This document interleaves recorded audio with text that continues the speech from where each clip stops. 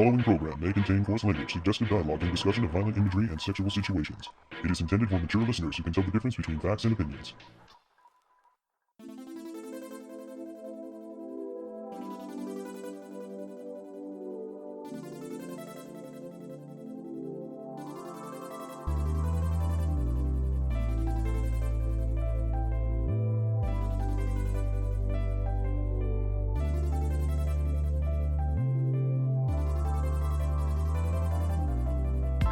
We're having an after the holidays Christmas birthday celebration on this episode of the Toonami Faithful Podcast. I am your host, Sketch. With me, I have your favorite Christmas/New Year's kitty, Kuro.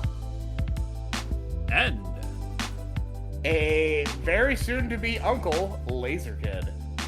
oh, congratulations to your sister.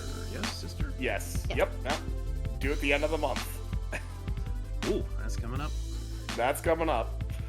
Then you'll be certified Unk status. I will. I may as well already be, but it's gonna be literal soon. You're not going to be using that though, because that it rubs me the wrong way when you say that out loud. Really? You don't like Unk?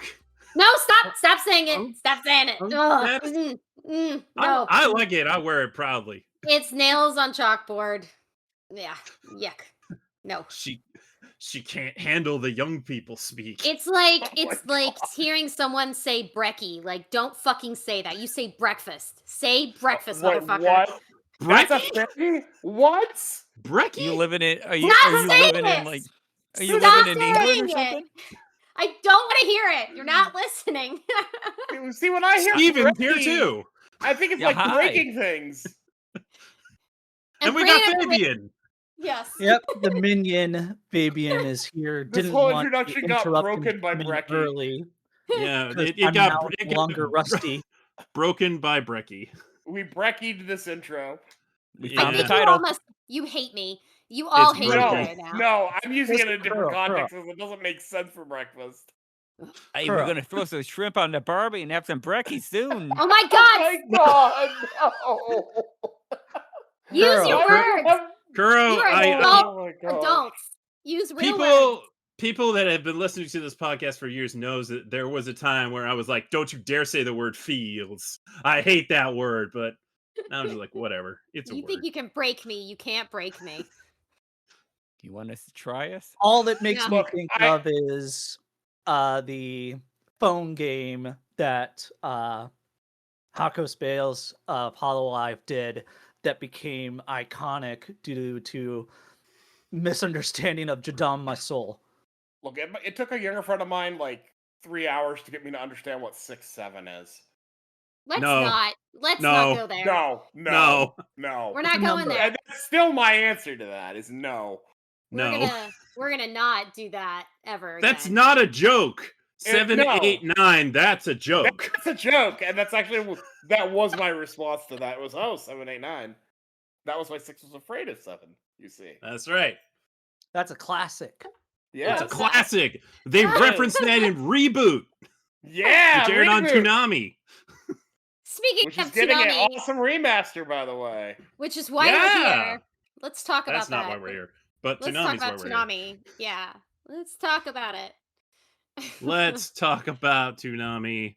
We got 2 episodes of Blue Exorcist and 1 episode of MASH, and a nice little hey, what's up from Toonami we'll talk about later. But first, 2 episodes of Blue Exorcist, and at least one of them really should have aired before Christmas. Yeah. Yeah. And we are back to me doing Blue Exorcist chat, which I'm happy to be here. Thanks for the little break. Appreciate it, Sketch, while I get over my plague. Episode 7, Variant Leaves. I actually don't get the reference to this title at all, so maybe by the end of it, someone can explain it to me.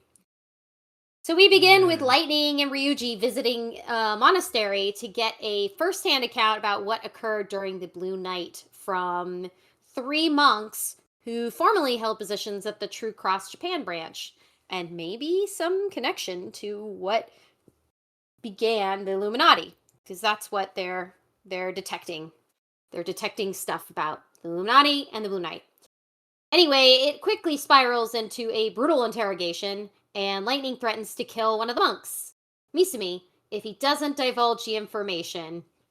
Ryuji manages to cool him down as Tadashi reveals that his former position was an elixir research at Section 13. But before we can get any more out of him, he dies due to breaking his Mornath contract. Who do we know that does Mornath contracts? If you guessed Mephisto, you guessed correctly. So we've seen these before. It's a curse, yada yada. You can't talk about it or you'll die, yada yada. Anyway, the pair head back to Mephisto, and if you notice, when he's bathing and he hops out of the bath, the status of his body is a little bit it's not so great. Just keep a tab in that one. But they demand an explanation, and Mephisto decides to point them towards the secret entrance of Section 13. It is a pocket dimension where the asylum is kept. So during this whole thing, Lightning references the Alhambra, and I just wanted to point this out. This is actually incorrect. He references a demon making a contract with a human for power. That's actually a very familiar tale. We've talked about it before. Goethe's tale of a man who made a pact with the devil. We already know that. The actual Alhambra was founded in 1238 by Mohammed ibn al-Ammar, founder of the Emirate of Granada, which was the last Muslim state in the Al-Andalus region in Spain. So they're just, doing their thing, mixing mythologies and facts here. But that's fine. It's fine. Meanwhile, Yukio has been eavesdropping and he hears stuff. That's it. That's all I got for Yukio. Shimi, however, is trying to convince her mom that she wants to be an exorcist on the basis that she doesn't want to be cut off from the world like before. And she's very enthusiastic. Her mother then decides to reveal something which we are not privy to. And spoiler, we will not be. We will not be privy to it. I just think you better lower your expectations now. Yeah. Anyway, yeah, it's unfortunate, but I think that's a long term. I think they're going to reveal that way later. But I think so too. I think it'll be a little while. This is where I do wish we had the stream, because then I could have maybe somebody tell me when we'll learn this. Anywho, back to our pair of detectives detecting. We learn that the asylum was shut down after the Blue Night, and they discover a bunch of gruesome things, including that it was used to conduct illegal cloning experiments on humans in order to make human clones for the demon kings known as Baal. What are you talking about? It was just a maternity ward. Yeah, really creepy sure. maternity ward. These human clones were there for these Baal to possess. And they also, in the process, began experiments on the immortality elixirs, which we heard about previous season. Lightning finds a notebook, and he sees notes about Lucifer. And as they're walking through the facility, they see... Light and the Luciferian notebook. Yes. Dun, dun, dun, dun. We see on the what do you call those, like tanks with the people in them or whatever they are? Anyway, they're labeled by Baal type. Pods, yes. The pods are labeled by Baal type. So we see references to Samael, Azazel, Amaimon, etc. Mephisto has to quickly summon them back when the zombies start attacking them and reveals to them the origins of Section 13. Dun dun dun. So here's our backstory. There are two factions essentially that exist. The Lucifer faction, which is to them apparently the bad guys, and their faction. Hundreds of years ago, the Baals existed as conceptual entities, and they began to gain physical bodies. However, these bodies would begin to deteriorate over time because they couldn't maintain the cell regeneration, even though they were very powerful. And they seemed to also like interacting with humans for the most part. They liked being in the human world. The more powerful the Baal, the faster they would deteriorate. But because they were immortal beings, they continued to live on in spite of, losing their bodies. Lucifer happened to be especially unlucky in the sense that he was inflicted with a much faster deteriorating body, which made him very, very bitter. So his desire was to fight against the humans, and his faction took on that aspect. Mephisto's faction did not want the humans to go extinct, so they gave humans the knowledge to battle the demons, and thus founding the True Cross. Wait, what? The True Cross was founded by demons? Yes, you heard correctly. Anyway, Lucifer, in his bitterness, desires to destroy the world entirely because it's unfair to him. I believe they call that incel, but whatever. Anyway, Loser energy. It really is. It's like, it seems like grand, but it's really not that grand. Oh, it's not fair to me. Nobody can get anything then. Any case, Mephisto convinces Lucifer to allow him to build a research facility to create him a new body using clones, and thus Section 13 was born. However, they learned through experimentation that the spirits were not all compatible to be vessels, so they also began the elixir experimentation, which was particularly gruesome, apparently. And I think we can all use our imagination given what we saw last season with Dr. Creepfest. Anywho, a vessel for my mom was successfully created, but they never succeeded in creating a vessel for Lucifer before the Blue Knight destruction. Instead, we learned that a vessel for Satan was accidentally produced.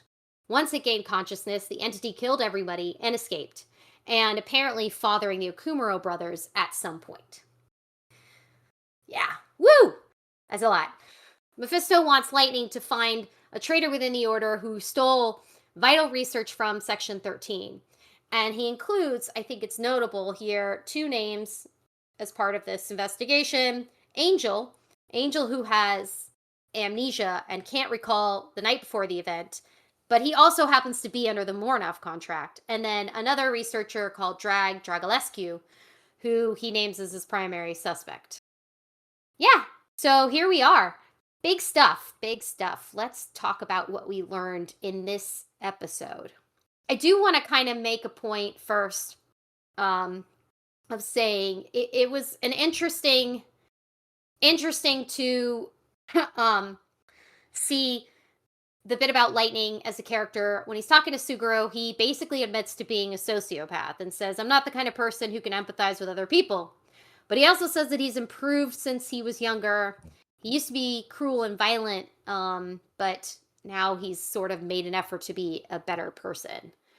And basically humans are much more interesting than demons. So what are we thinking about Lightning at this stage? Just where are we at now? What are our feelings He's about? not well that means well, but he can go to extreme lengths without realizing like the optics of what he's doing, which is why he tells Suguro why it was so good that he was there to be essentially a stopgap to it. Mm-hmm.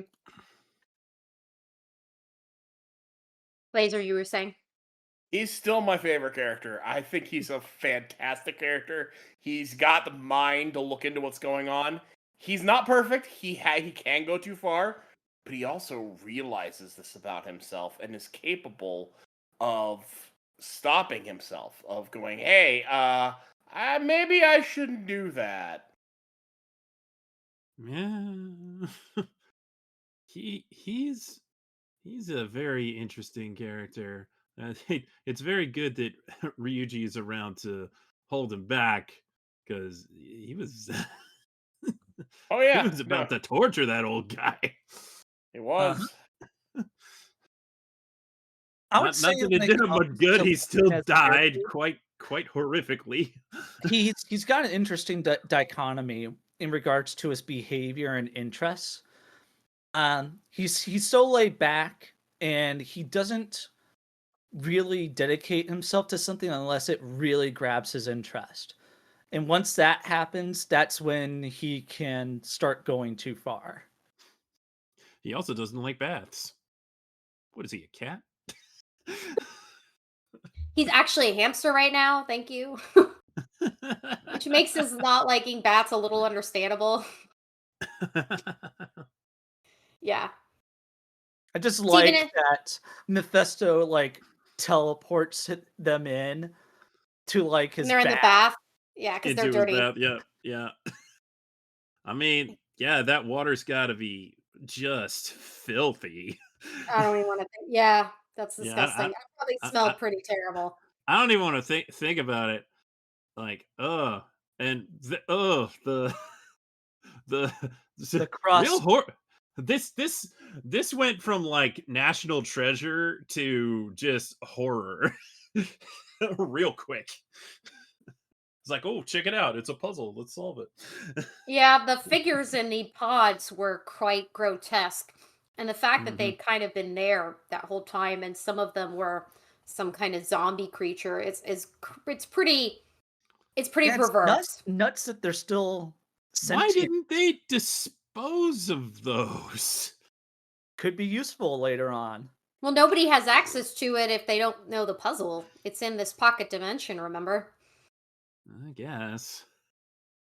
And it's such an important location, just due to the history of this world and everything else Kuro covered. Yeah, they got to keep it under wraps. Um, It's dangerous Steven- if it goes public, but it's important that it be kept preserved to a point. Sure. Did you have any thoughts, Stephen, about lightning you wanted to share? Like, what is he? Like, because he seems like he's like some independent investigator or something like that, like trying to piece all these things together. You know what he reminds me of? Columbo. Yeah, Yeah. I've been making the Indiana Jones references this whole time, and I mean it. But Columbo's not a bad choice. Yeah, it's like he That's goes not around. what I would have guessed. Yeah, he goes around. He goes around. It's like one more thing. He's trying to like find something, and I think eventually he will find something. But he just goes at the weirdest stuff. He eventually gets it, but he like looks for what he's trying to find, and I think he's run on a like some type of personal motive that we haven't seen yet. Because there's something there that why does he keep pursuing these things? Yeah, it's his job. Yeah, he's been told, by the higher ups to do it, but it's like he's got some personal motive to do so, and then finding they're searching for something, but they don't know what they're searching for. And you just keep finding not these dead ends, but these little breadcrumbs. And it's like, mm, I mean, I get what they're trying to do, but it just feels different. And then Lightning doing it, leading it, because he doesn't feel like to me as the teacher. He feels like the student, and the teacher is it's Ryuji, right? Is the one that's his sidekick, or well, the kid that's with him, right? Yeah. It's pretty amazing that Ryuji Yeah. is getting He's access the to all of teacher. this information. Like, Yeah, none of his friends know any of this. Not even Yukio knows any of this, and he's No. technically higher ranked. So Ryuji now has a big secret. does. About the balls, the existence of the True Cross Academy being founded, the whole cloning experiment. Like, that's not a small thing to be entrusted with. That's a big burden to carry. I would say at least it's him and not anyone else in his class or grade level, because He can Ryuji, handle it. he's a very responsible dude, hmm and he knows that he needs to take this seriously, which is why He's it's also a Not good gonna thing that- hold it over everybody else's head and knows something like a certain someone. Yeah. What do you guys think about what we learned about the cloning experiment and then this concept of balls in general? It's interesting that they existed initially as concepts, but then as humanity grew, evolved, and improved their intellect, then they started become actual manifest, and then started taking physical forms in the world. I'm gonna just gonna say the world of the living, because I forget how they. Asia is how they call Earth. Asia would be the Gehenna is the underworld. Yeah. Mhm. So yeah, they started taking over physical forms in Asia, and that due to their powers, or just the the fact of their existence, it just causes the bodies to deteriorate much faster. That's really interesting. Yeah. Well, I also think that kind of makes sense because if you think about what these creatures are and what happens in a natural human, like we have a life cycle that we're a part of. We naturally die. We don't live on. And because they're not bound by the rules that we are being natural born humans or any of the natural born humans in the show, then it does kind of make sense to me that them inhabiting bodies would mean that they would not last. They have to follow the rules of that world, our world. They can't have a different rule for they're not meant to house what they are.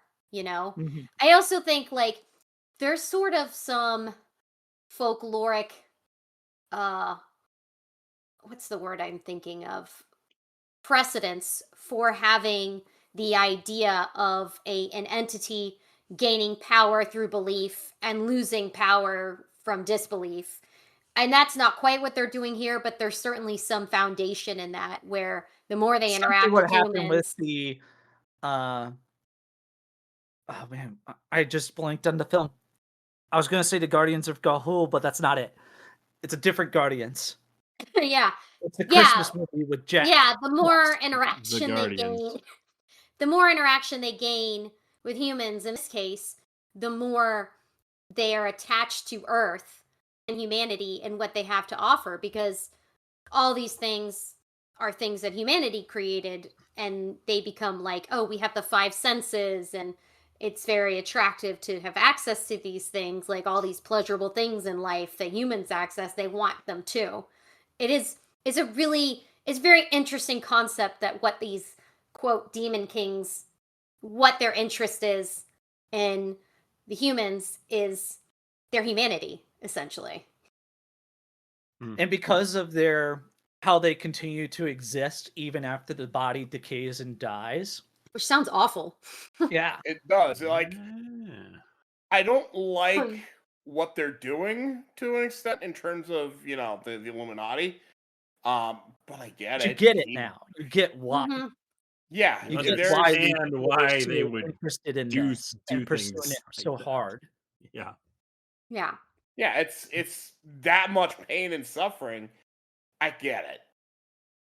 I want to be done with it. And that's kind of like that kind of informs like his like want to destroy everything, because if I destroy everything, I won't feel this anymore. Yeah. So If only there so was what another way. so what's the deal with these clones? Like they're stuck in like some hyperbolic time chamber type thing. They don't Mhm. age.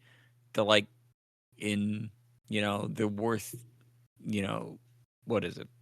They're worth the deterioration possible. They're like half of them are like stuck in tubes, the other half. And so Father Fujimoto is like a clone. Wait. of We one of haven't gotten there yet. We haven't gotten We're there not We yet. haven't there yet. gotten there. Yeah, Slow okay. down. We'll get down. there. We'll get there. We're still on episode 7. Okay. I'm going too far ahead. Mhm. Steven, sketch. Were there any other thoughts about episode 7 you wanted to share? I just thought it was awful rude to interrupt Mephisto during the bath, Never interrupt anyone in their bath. A cat also. Don't interrupt a cat during their bath. Don't do that. I just think that's really funny. Yeah. And there's another aspect to this when it comes to Mephisto. And that's how in the last couple seasons, Mephisto has gotten much more creepy. There was Oh yeah. a bit of like slyness to what he's been doing. But there's also been, but with these past 2 seasons, he's been a bit more creepy in regards to how agitated he gets. Yeah. Eh. We also are getting a sense of how old he is and how integral he is to everything that's happening and that has happened with the True Cross. He's Mhm. not just like a disguised demon that managed to weasel his way in under the Gregori's nose. He's like part of the foundation. Mhm. It does it does make you wonder a little bit about what the actual Grigori is. You know, if they obviously they must know some part of this. Well, Question. Interesting thing yes. about the Grigori potentially mentioned in the next episode. Yes, moving right along.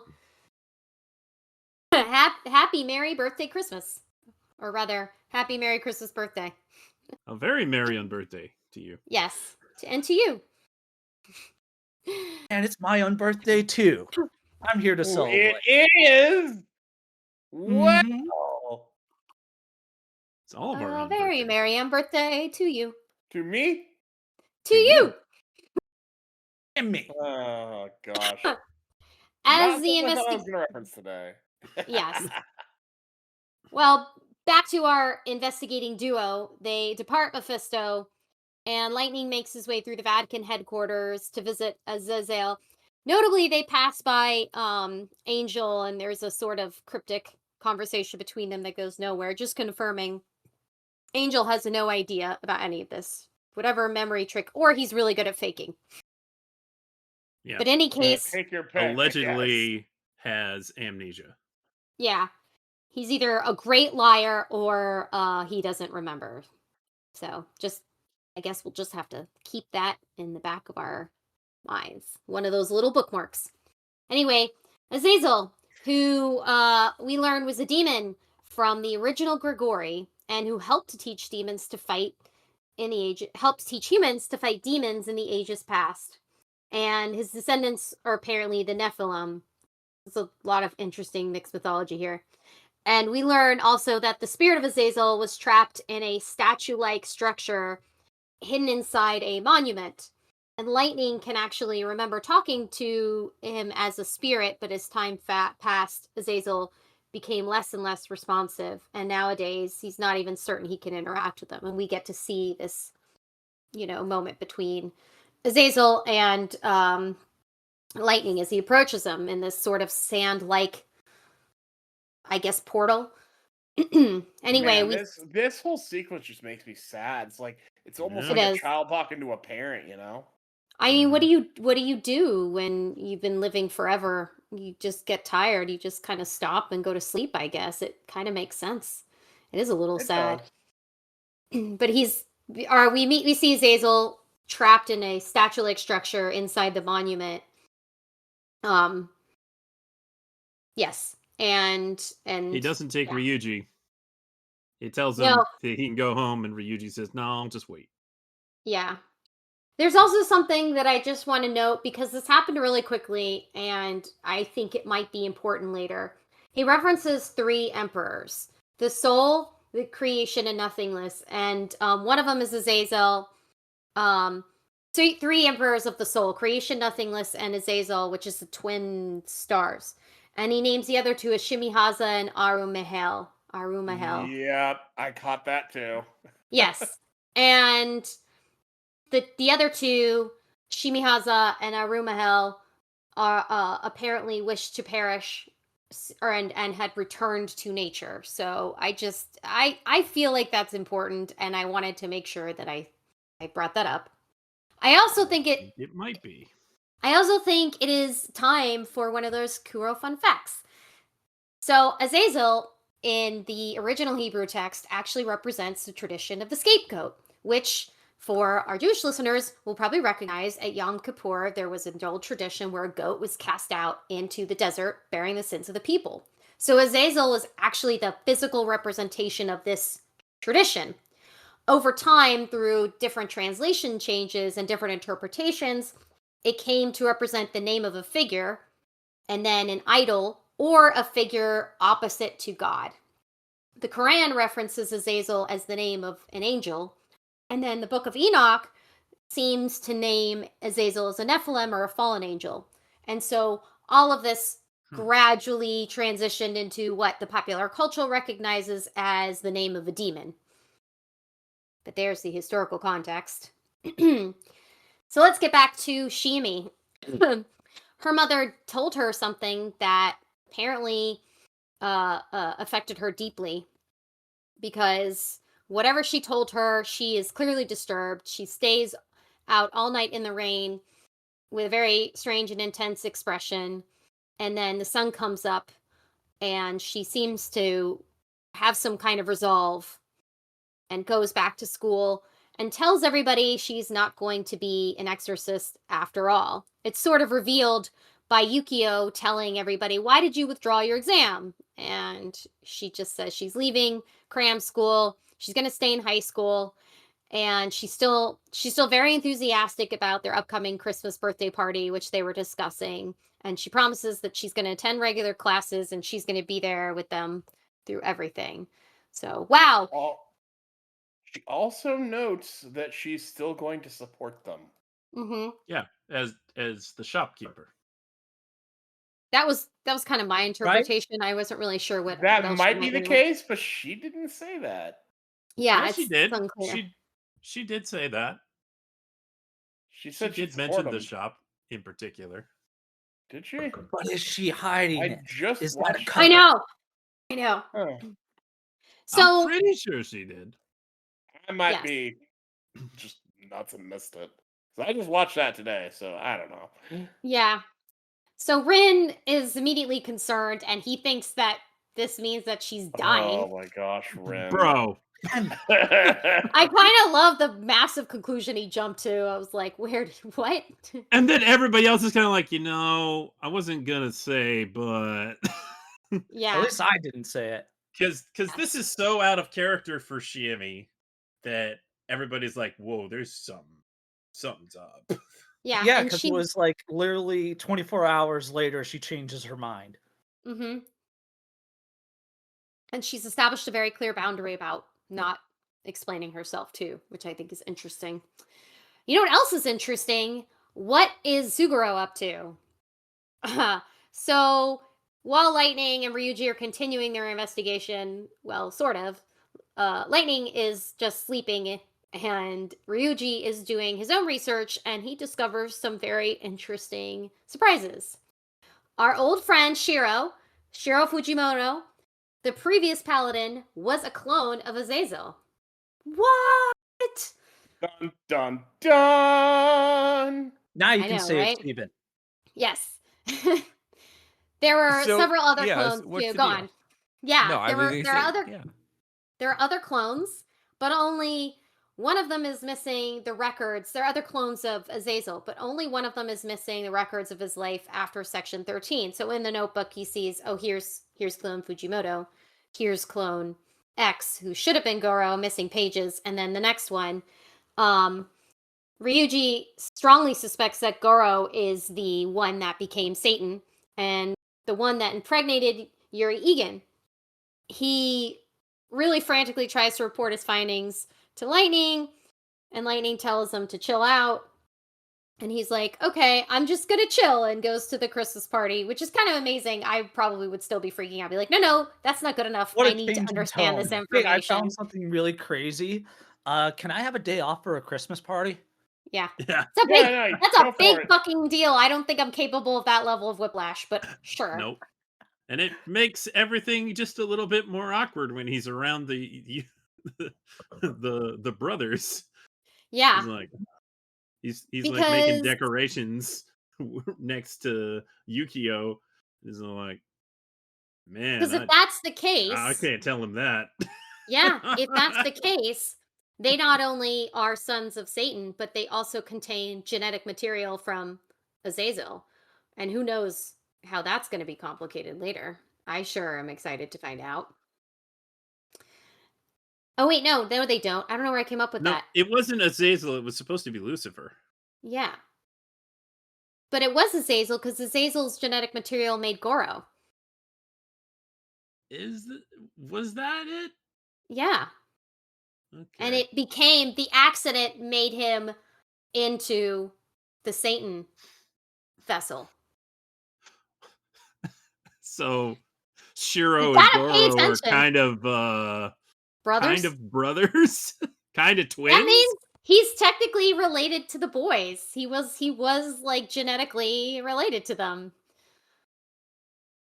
Kind of. Just let that simmer a little bit before How it many gets weird. times removed? How many times removed? I don't know. I don't understand what their cloning process was, so who the hell knows? Anyway, now we're all gonna take a big fat whiplash turn over to the party. And Shimi assigns everyone into groups of 2 for planning and gathering. On Christmas Day, they decide to celebrate at the boys' dormitory, and it's really funny because as they're setting up, doing decorations and all that jazz, the tree, which is on Nee's belly, he turns over and knocks it over. I would have flipped out too, Shimi. I totally get where you're coming from. Sammy's out. That was Freaking Rin, not Rin. that was extremely comical. Mm. but Did also anyone very sad. With the reindeer hat? Oh my god, it was so cute. Yeah, a Wasn't bunch it of them so had cute? Jimmy reindeer. in a So Santa fun. outfit with the full beard. I love that full beard on her. I don't think you guys are appreciating how cute the cat looked. I'm not hearing appreciation. The cat was very cute with the reindeer ears. But Thank you. Jimmy's gonna die. Rin has to find out. Yes. So Shimi gives everyone luck charms in the form of 4-leaf clovers at the end of the festivities. And then Rin Rin's like, "Are you confronts gonna her. die?" Yeah, exactly. And she's like, The no, most no. unsubtle way possible. He can't help himself. He really has no self-control. And she's like, no, I'm not going to die, but I'm still going to be here to support you. And that's all we get. That's the line I was referring to. That's all we get from her. Yeah, she doesn't mention the store in that time. I'm pretty No. sure she does at the. That's what I was thinking when I said she didn't. She might have mentioned the store in previous style, but Do you know there something that I don't know? No, I don't. Ah, This is me theory crafting. okay. Going, she's specifically saying she's going to still going to support them. Yeah. And Mhm. I mean, the shop's cool and all, but I wouldn't call that full-on support. It's just a mercantile agreement.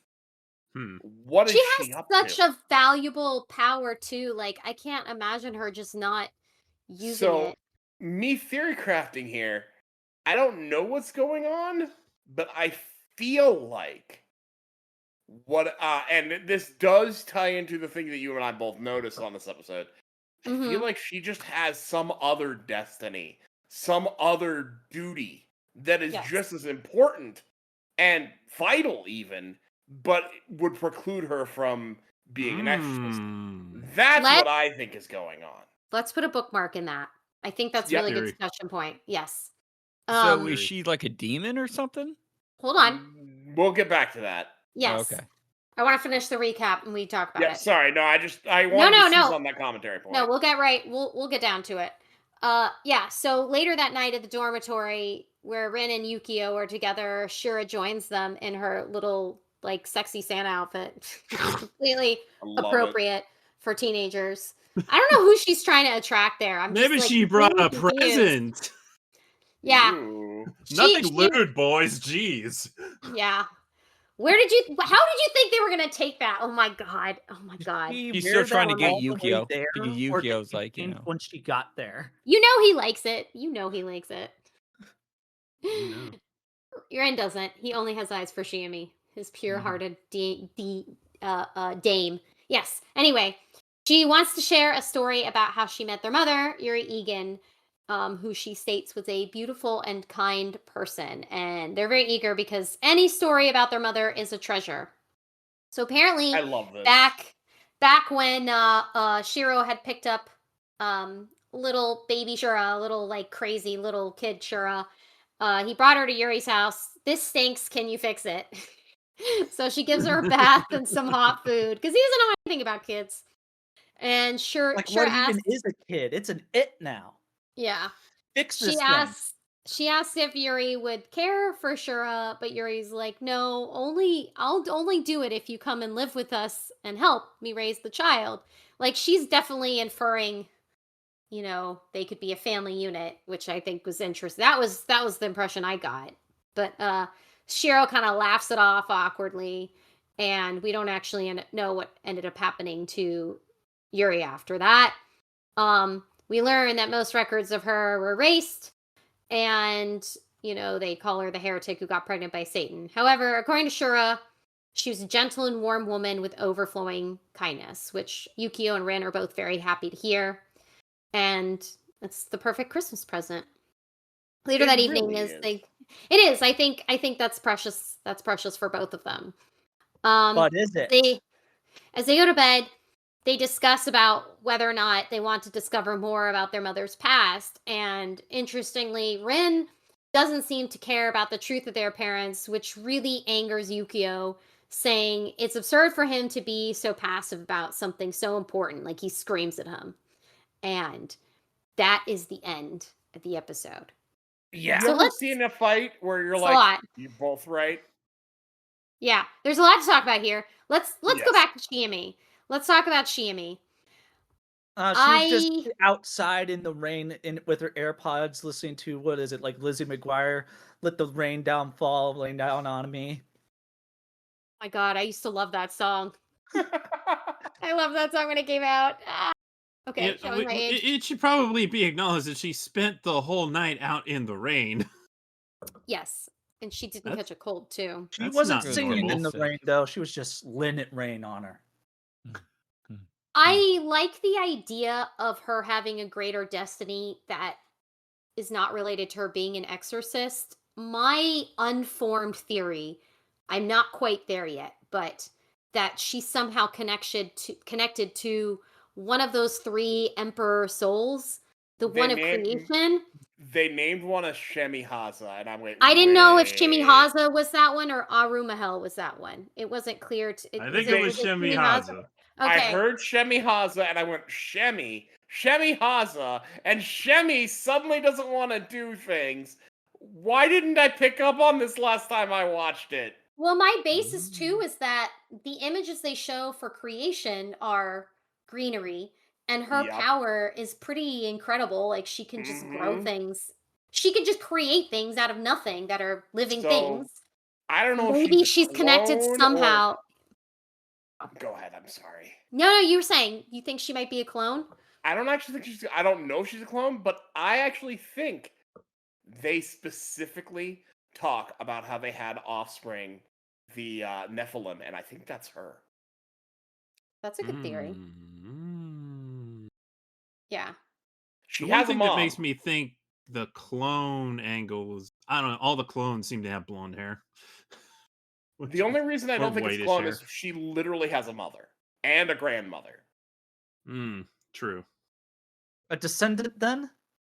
Yeah. Well, that would be a Nephilim. Descendant. When they said they had descendants, and they referred to them as Nephilim, which is a biblical term, referring to, in the Bible, half angels, basically, which, in the context of using it, that's actually not that far off from the actual meaning.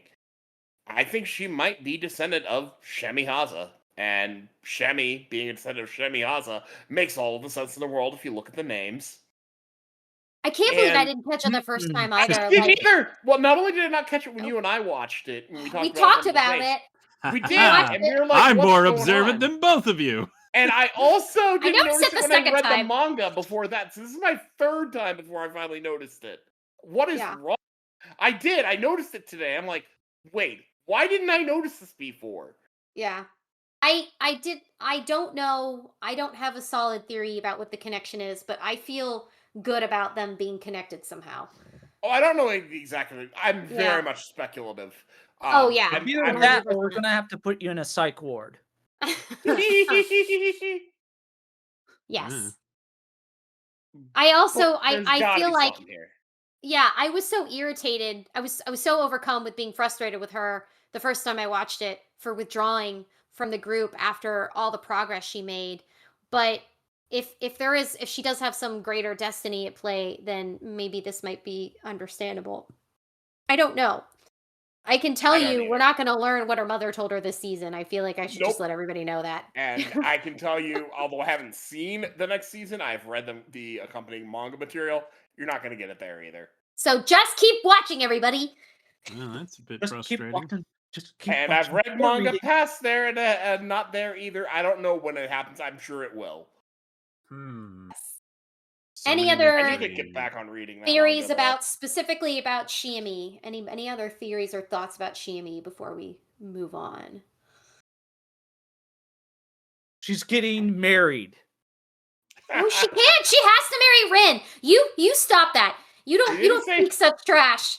You don't speak such He trash. didn't say she's not getting married to Rin. He just said she's getting married. She is Surprise! she's I'm marrying Rin. only for Rin. Only. Yes. Right. So their mother. No, you can Yuri. reverse harem. Let's talk about Little Miss Yuri and yeah, and then the conversation also between Rin and Yukio. I feel like this is a really important moment because it's pivotal it's pivotal because of the differences between the two, and it's actually the first time we see Yukio trying to be open with his brother about something, and then he snaps when Rin just shuts it down. yeah, so essentially. Rin, on one hand, Rin has a good point. He says it can't have been good. The implication here is that Goro raped Yuri. I'm sorry, but I have to say it. That's the implication, and for someone like Rin, you don't want to acknowledge that about yourself. Like that's the ugly truth to have, you know? So it's possible that and I'm not saying that's the case. I'm saying this is a possibility, and that's what he thinks happened, and he doesn't want to know because he doesn't want the ugly truth. On the other hand, you know, his brother opened up to him, and him shutting it down, that's just not cool, man. You've been trying to get your brother to open up to you, and he's like, these are his feelings. I felt like he could have done better in responding to Yukio's feelings and him. Yeah. And I definitely understand. I mean, Yukio's granted, he's tired. He needs to reaction. pee, but listen to your brother. Mm-hmm. You usually do. something- This is very odd. This is something important to Yukio, and this is something that they need to face together. They have to, because nobody else will understand. This is kind of like a habit of Rin's to not have any kind of vested interest in his family lineage and how he came to be. I'm going to take it a step further. This is an uncomfortable conversation, and Ren is a teenage boy. And so it's an uncomfortable conversation. I don't want to know about it. I don't want to talk about it. Yeah. But we get that flashback to when they were both kids, and you see Shuro make up some BS about finding them. Yeah. And Yukio's like, he's lying. It's like, don't you want to know the truth? And it's like, no, I don't care.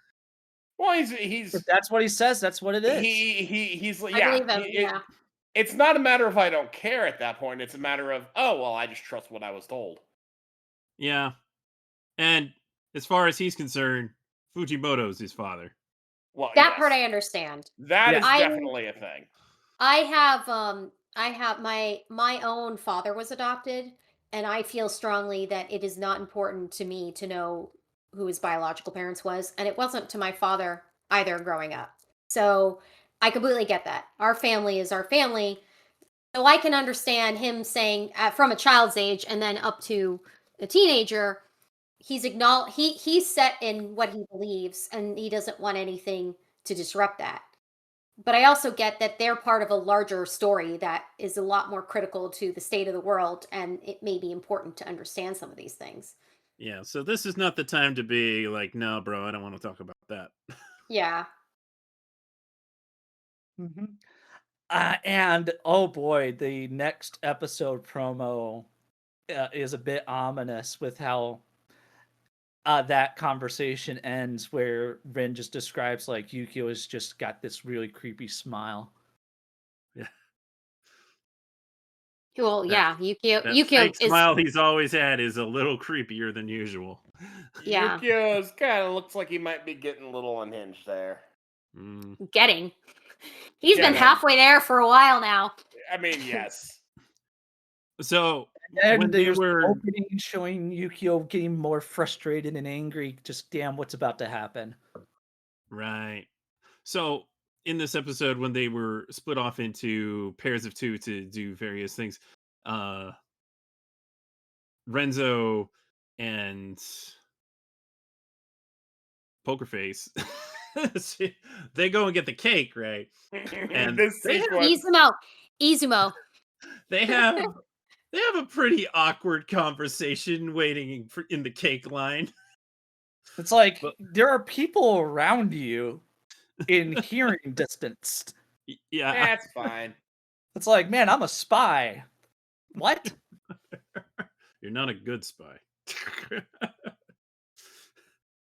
But they kind of go back to that conversation that it's Izumo's like opinion on the matter is that they are both very similar, and Reza says, "No, we're not very similar." Just like, "No, we are." But I can't speak for the rest of those guys, but I'm not going to show you any mercy if we're on opposite sides. It's like, oh, come on, just a little bit of mercy. No. She was really excited to get that cake. And also, it's like, I can't believe I'm in this line getting a cake for Christmas. I never thought I'd be doing something like this. It's like, yeah, you go, girl. Good for you. And then her dreams were crushed. Like, what? The cake is okay. Slip and The fall. cake is not okay. It was I think okay before it wasn't. I can understand her being upset about the cake. Darn I it, can't Konokomaru. All you had to do was not fall on the cake. That's all you had That's to all do. you had to do. You're small. How do you even do that? See Kunokomaro and his little onesie, reindeer onesie. Yeah, they all had some pretty fun outfits. And then they had hot pot. And then other people showed up. And then the adults drank. I'm just thinking back to how Duh. Rin dressed up as Shima for class. That was While Shima was away, and he just suddenly shows up. I like the exchange. It just makes it, and the reason I bring this up is just like these people know how to dress up in costumes. all right. So we got 2 Shimas, and Rin is absent. The Shimas, please read this section. I'll give Yukio some credit. He really rolled with the bit there. I do like how everything went to hell and everyone's just, you know what? Screw it. Let's laugh. What else Yeah. can you do? Like What literally, else can you do? I mean, you could cry, You but could. it's better to laugh. After It's cleaning one of his those mouth. absurd Forced situations where it's this so happened. bad you might as well laugh at it. Yeah. Just a series of unfortunate events. But yeah, maybe don't grow the tree out of your familiar. Sleep. At least cut the tree out and plant it. Yes, that growing on Yeah, the familiar, fine. cut- Take it out. Cut the tree out and stick it on the floor. Don't expect your familiar not to roll over. She learned a valuable lesson. Remember, she's 15, 16, so It's actually nuts that me lasted overnight until It is the nuts. party. Yeah, that's the most unbelievable thing of all. Shimi is also like, let's be honest, she's a little naive about certain things. It's She like Sometimes we is. No planned kidding. it. she's a But little we- clueless. We had to make it as funny as possible, and that's why Nee had to make it throughout the day and the night. Yeah. Oh. Steven, did you We- have any thoughts about the Not really. episode that you wanted to share? I liked it. But yeah, I don't know. I have questions about like all of this stuff. Like, It's a lot of information. It's It was these 2 episodes were big info dumps. yeah, They were. it's like, oh, then all of a sudden, oh, party time. Don't worry about any of that stuff. Sure. Like I said, whiplash. Yeah.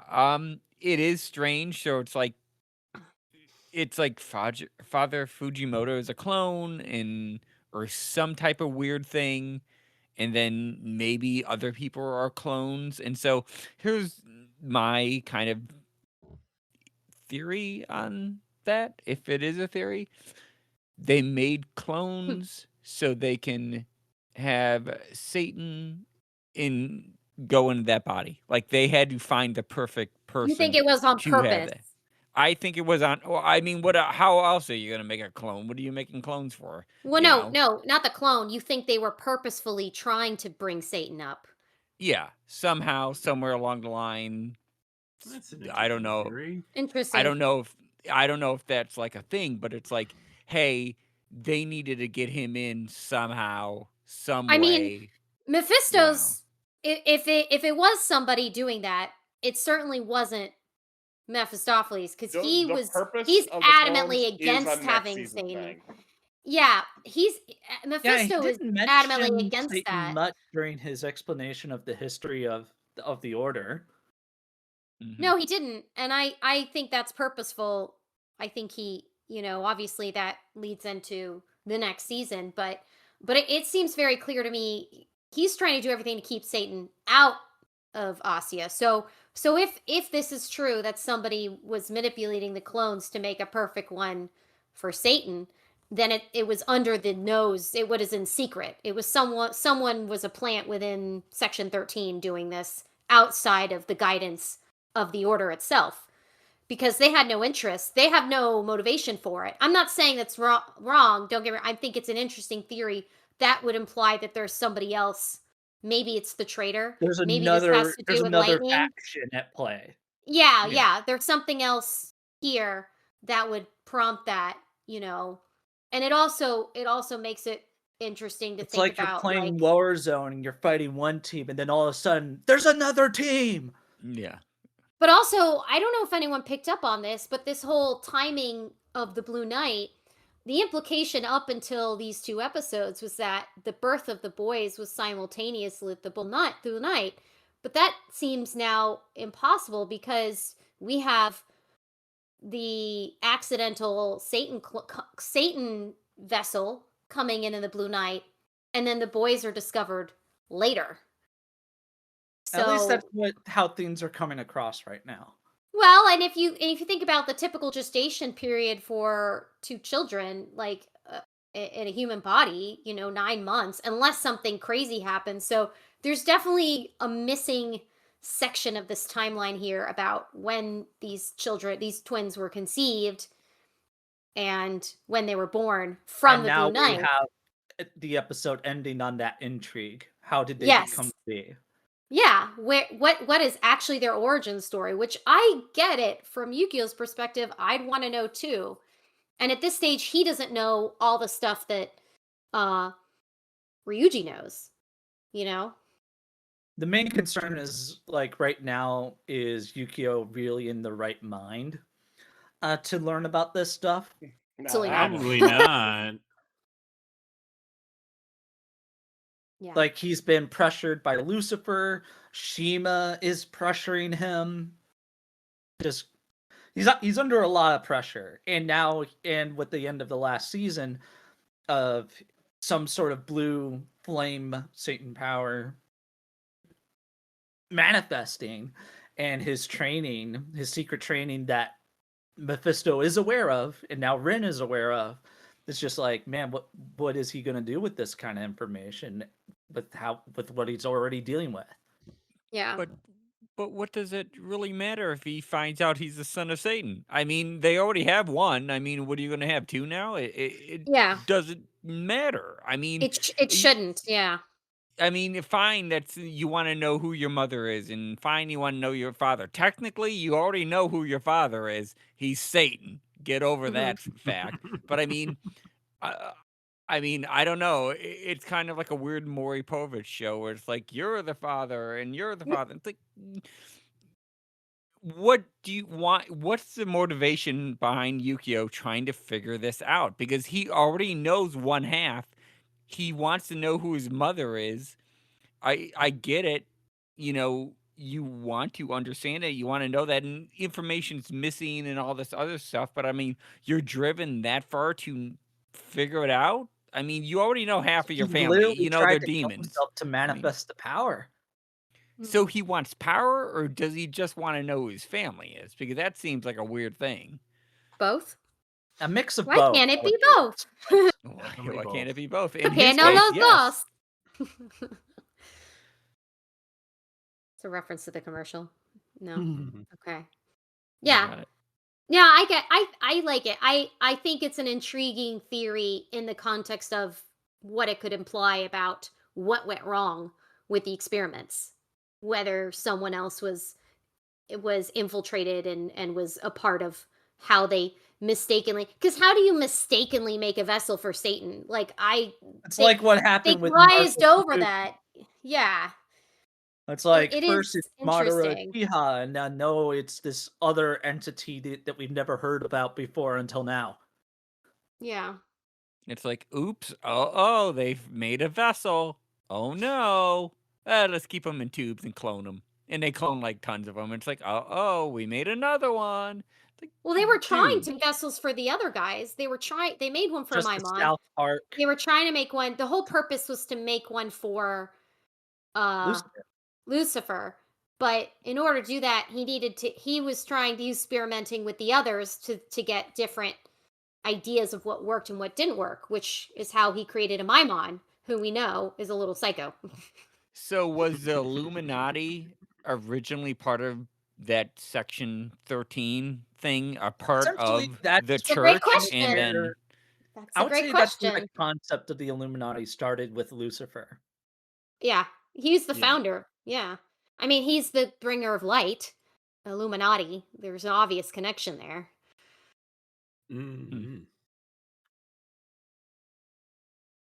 Well, before we move on to Mashle, and I'm sure Paul is very anxiously waiting. There was one other thing I thought was interesting. We see a soft side of Lightning when he's talking to Azazel. He does seem to care about him. He calls him Gramps, and he kind of has a reverent moment in front of the sleeping statue. And I just filed that away as, well, maybe not a complete sociopath. You know, Really it's tender. resonated with that scene. I took it very much as he sees him like a like a father figure. That A tells me mentor, maybe. yeah, a mentor, and that tells me like this guy meant something to him. Yeah. Lightning is a deeper well than he wants us to believe. Mhm. Well, I think at the end of the day, Lightning obviously cares. If he Yes. didn't care, he wouldn't be doing any of this. Wouldn't be worth his time. Yes. Mhm. He just doesn't know when to stop himself, and he knows that because he's even remarked as much that he's glad Yeah. that Ryuji's there to keep him Mhm. from going too far. Which he's my favorite character in the show, like period. And this is a lot of why. I Yeah. think Azazel may have taught him his very unique skills with spirits, That makes sense. That would make a lot of sense. Yeah. especially because you saw like spirits around him when he went to talk to Azazel. Yeah, Well, He's he it's not like he calls two names is like and the rest or and the other ones. I do love that when he has the saw thing, he starts out the first part of the spell and then he just is like, and all the rest of it, and it just appears. I guess that these incantations are really not as complicated as they're making them out to be. He's figured out a workaround. That's pretty great. Nah, people just wanted to flex and make complicated incantations. And Ryuji Probably. likes to flex by showing off how he memorized them all. That is accurate. Yeah. And he also These wants to fire were- a bazooka. Yeah.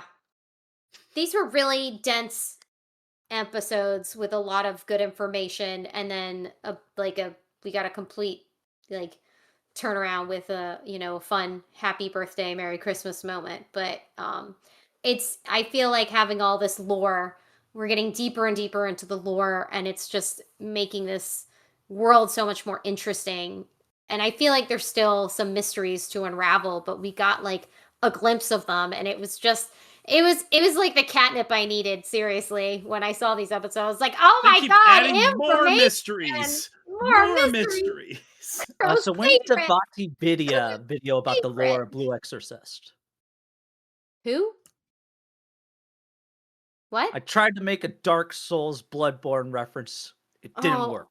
No, Aw, you're man. talking to the wrong person. I don't play Souls-like games. I Nor watch other I. people play Souls-like games. I buy them for my partner, and he plays the This Souls-like video games. series, prepare to cry. Maybe someone listening will get the reference and appreciate it. Hopefully. It's got to be somebody Well, out there, but it ain't yes. us.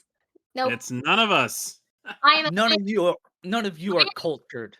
No, I'm just a bad gamer. Fabian. I'm We're cultured a in not different good kind of enough. cultured. Look, I'm cultured in the way that I cried because Mega Man got announced. No, see, I just acknowledged that I'm really shitty and I can't do Souls-like. I tried. I'm not good. I can't do it. I've acknowledged my limits, and I watch them and acknowledge that other people are just better at it than me. These games are That's for fine. sadists. I can live with that. I can live with that. I'm fine with it.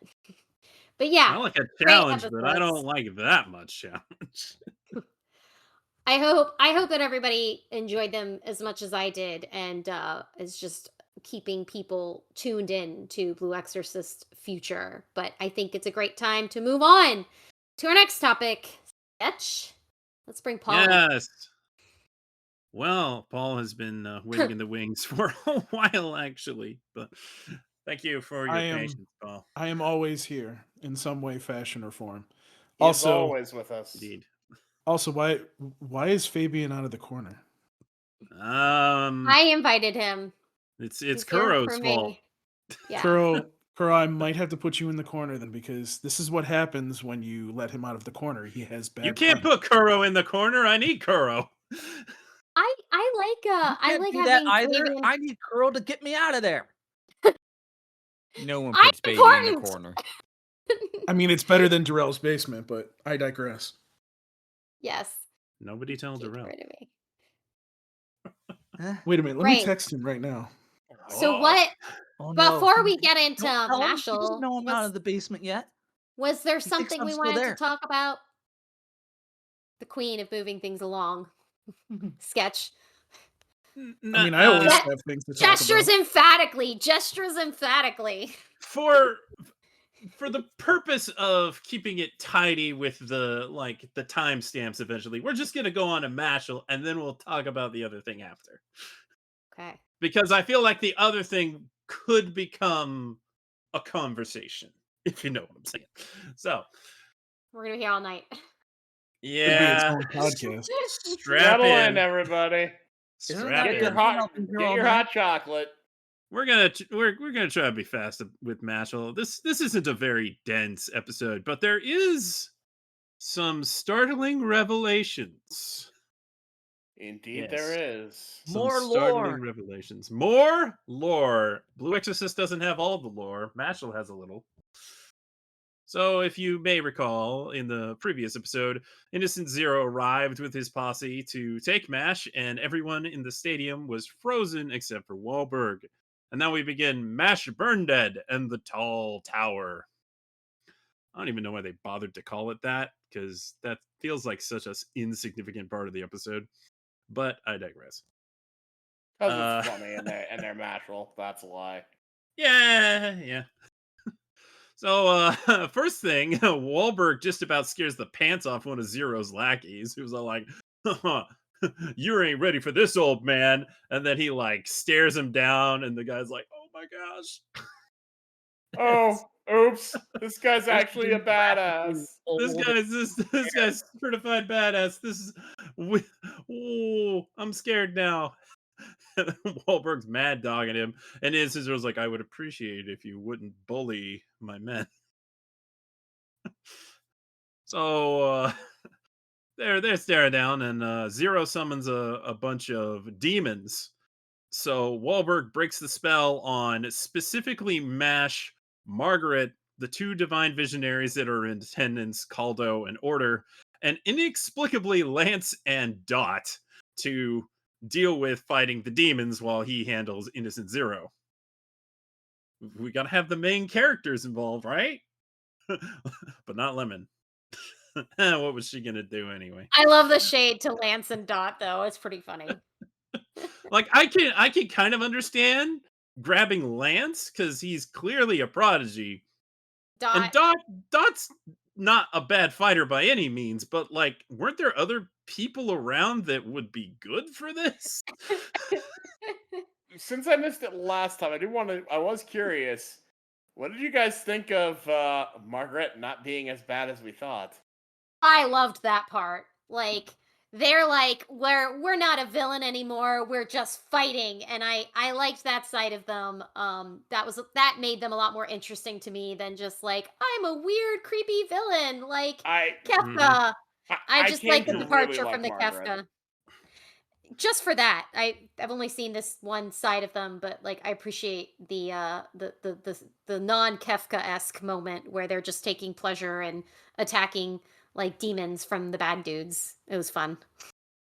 Yep. Yep. I was And just they curious. 'Cause that was how I clearly felt. have a thing for Mash now. They have a thing for Mash.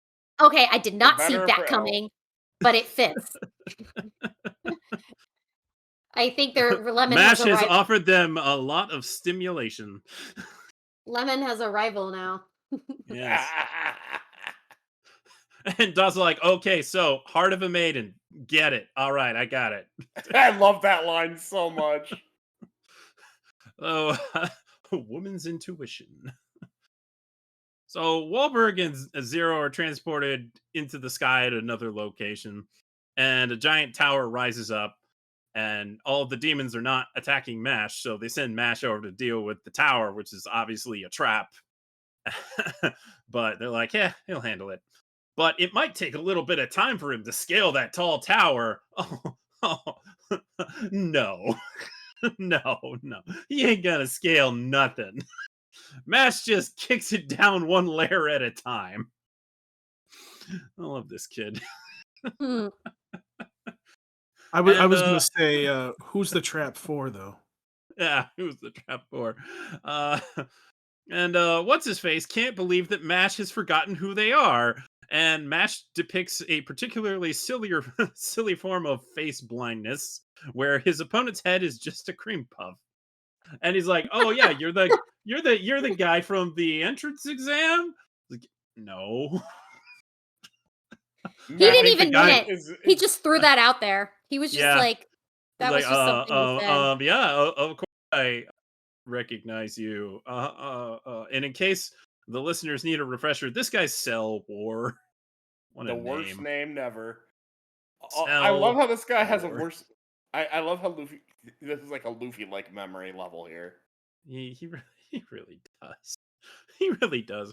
But once he starts throwing around his stupid special magic, so then Mash is like, "Oh, now I remember you." Meanwhile, The disrespect this guy gets from Mash unintentionally. Mash is a very nice boy. He doesn't. He's always apologizing for forgetting people's names, but clearly doesn't care enough to remember. But I mean, why would you want to remember a guy who was so nasty, right? Just want to Yeah. forget about them. I wish Hope I you had that never kind of see them selective again. memory. I I want know, right? like Mash's kind of selective memory. I don't know. They sucked, so I stopped thinking about them. Yeah.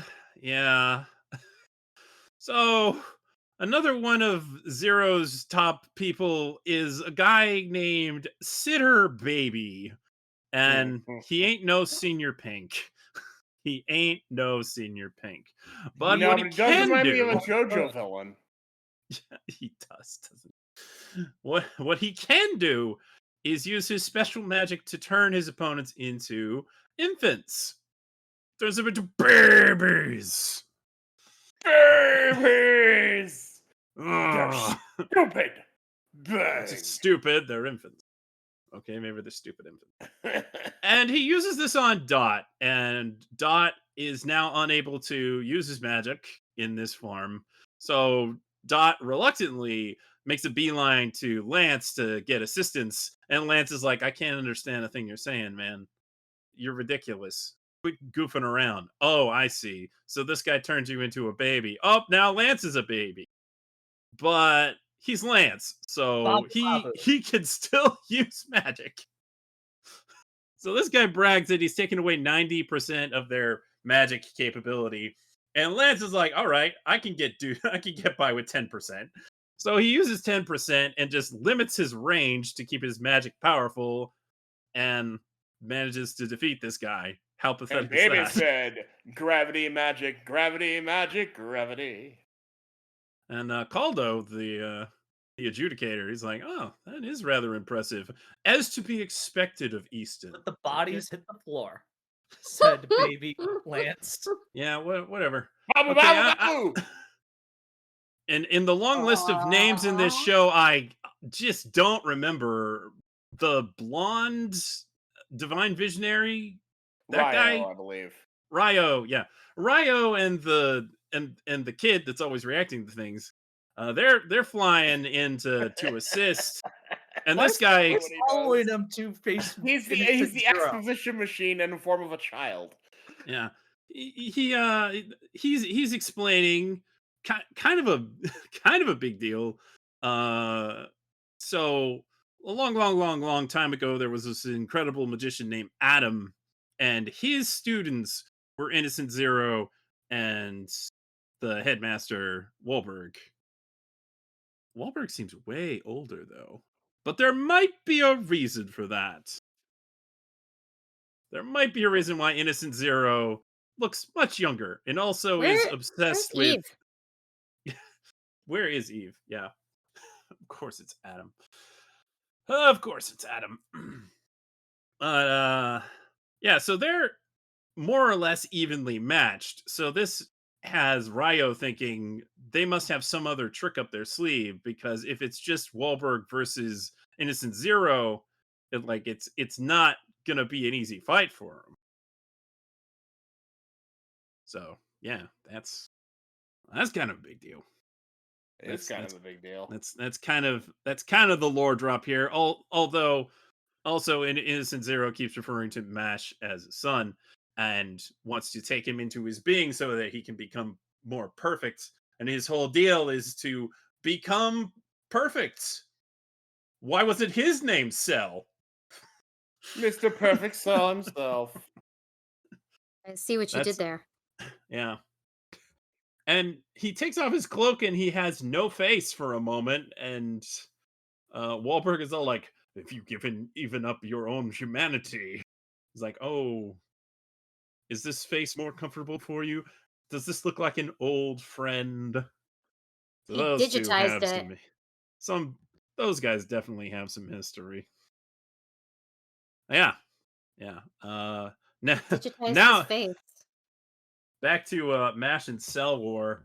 Mash is dealing with all those carbon spears, and instead of having trouble avoiding them like he did the first time that they fought, dude's just like Looney Tunes running on these things. just The disrespect. God damn. the absolute disrespect. And then he gets close enough to give him a good punch. He's like, yeah, I remember you now, and I remember how you fight, and now that's not going to work on me anymore. Okay. Typical Mash. Yeah. What a ridiculous series of events. Feels like something big is going to happen, but we're not quite there yet. Not quite there yet. Looks like next episode we're going to see Wahlberg really strut his stuff, though he did some pretty impressive stuff in this episode. And he's got one of them special ones, of course. It seems to be like a water power. But Innocent Zero, this is a good explanation as to how he was able to freeze everyone in the stadium. He can manipulate time with Kronos. That's probably also how he's managed to stay young. Ish looking. Maybe it's not quite perfect, but yeah. Interesting to see where all of this goes. So, Paul, what are your thoughts on this episode of Mashle? Is Mashle the Flash? It's pretty fast. Pretty fast. No, I would say very fast. The fact that he didn't get hit with any of those needles should basically say to you, Okay, are you sure you're not a superhero? I think he could have scaled that tower very quickly. He just chose not to. No, he chose to bring him down to size. Yes, he did. And he just knocked him out basically at that point. So it's like, all right, well, I guess this dude wasn't any trouble at all. So, I enjoyed this episode. I Innocent Zero or whatever his name is, seems intriguing. I didn't know he was a mannequin, but yeah, he seems intriguing. I just found that funny. He takes off his hood and, oh look, it's a mannequin face. Oh, okay. Does that mean Abel can control him? No. Mm. And then what is this forbidden magic that he has apparently? So it's like, oh, this is gonna get interesting. I think did you leave out the fact that there were babies in this episode? No, know, I we've been definitely brought talking that about up. it. Yeah. Okay. There were yeah, I babies. definitely missed it. Dot Babies, and Lance's and all they babies could say was Babu. yeah, Babu Babu, freak. Babu. So they can still think like normal, so we hear their thoughts, but otherwise, until Lance says Graviole is a baby, it's just Babu. I'm especially amused by Dot getting turned into a baby here because Ben Diskin, who voices Dot, is also Baby Gonzo in the recent Muppet Babies series. So I'm just amused by that. That was Mashle funny. babies. That was definitely funny. I was not expecting Mashle babies. They make our dreams come true. Yeah. Mm. By the way, I love how they like keep cutting up and basically killing these demons, and then they just keep coming, and it's like, Yeah, Dot. It's like Dot. Okay. You don't have to keep saying it's endless. Like, bro, we get it. Like half your lines this episode were they just keep coming. by the way, what was the purpose of the white ones? I was so confused. Those ones seem like they are extra strong. I don't know. It didn't seem like they didn't get really They did any. stand out, but nothing about Yeah, they them didn't get really any being- screen time, so maybe we'll see more about that next time. I don't know, but yeah, that was weird. Certainly possible. So, Certainly possible. Yeah. but yeah, I mean, this episode really doesn't have too much, but I'm kind of interested to see what's going to happen in the next episode, especially with that whatever it's supposed to be behind Innocent Zero. So we'll see. Mm-hmm. Kuro, what did you think of this episode of Mashle? I am a little confused about the tone shift. Like, I don't know if they were. You are not alone in being confused. Yeah, I don't know if they were trying to be like it was trying to sort of parody the serious backstory stuff for shonen and magical academy I wouldn't stuff. be surprised if that was the intention.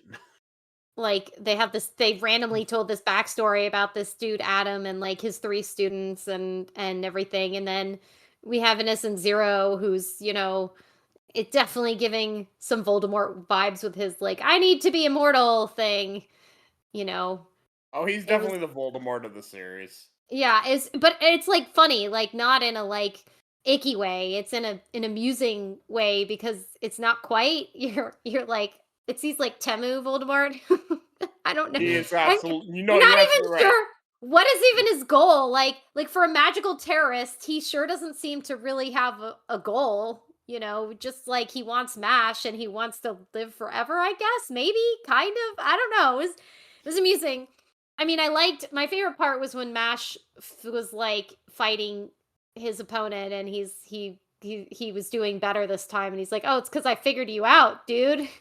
You're just using the same shit I fought last time." like I love that. That was amazing.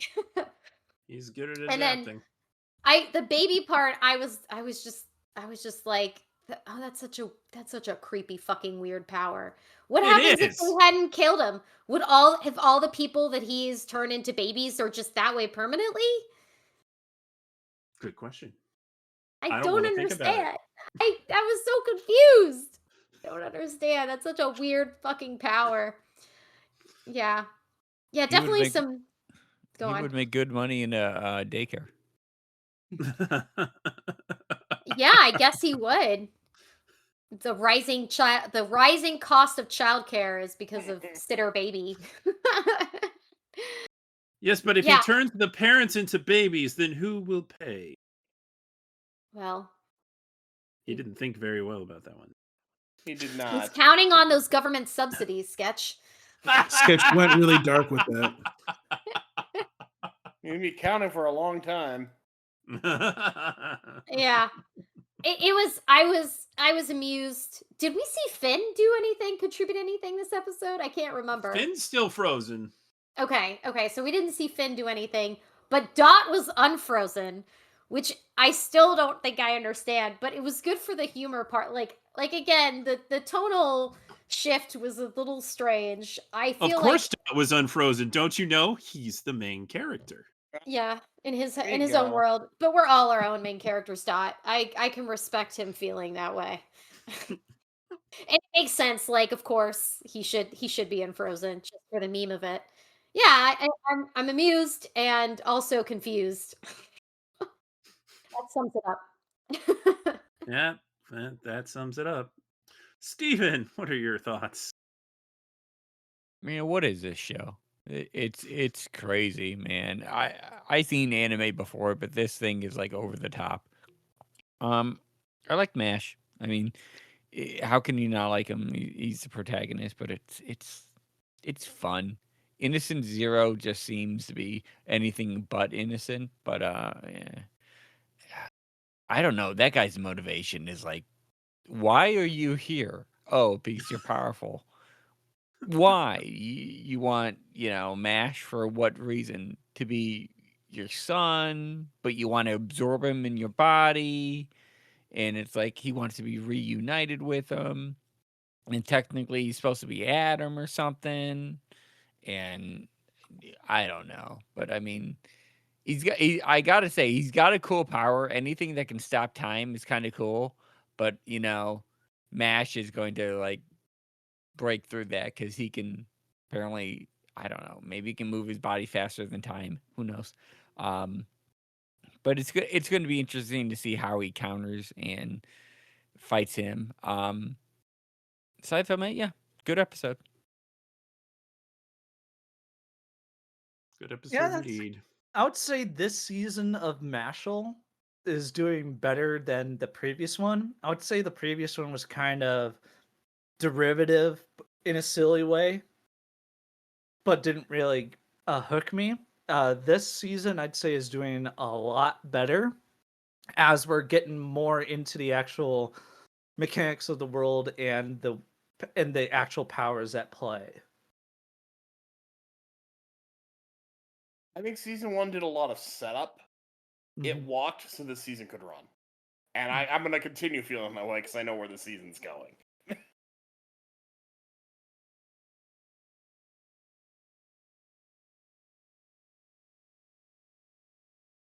All right.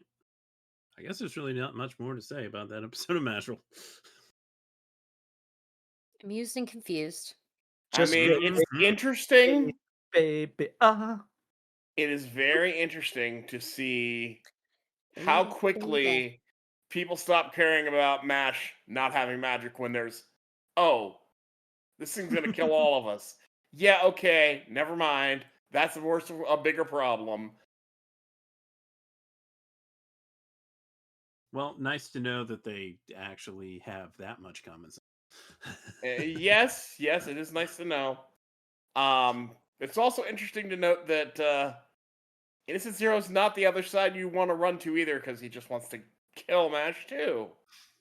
Poor Yeah. Mash. Yeah. So I guess that makes that decision pretty easy. And Wahlberg's really hedging his bets that Mash is gonna be the game changer. So He he's really not seems to feel it, yeah. not gonna let Innocent Zero take him. Of course not. He's Dumbledore. He's got to protect him. That's exactly who he is. He's anime Dumbledore. Anime Dumbledore. All right, that'll do it for Mashle.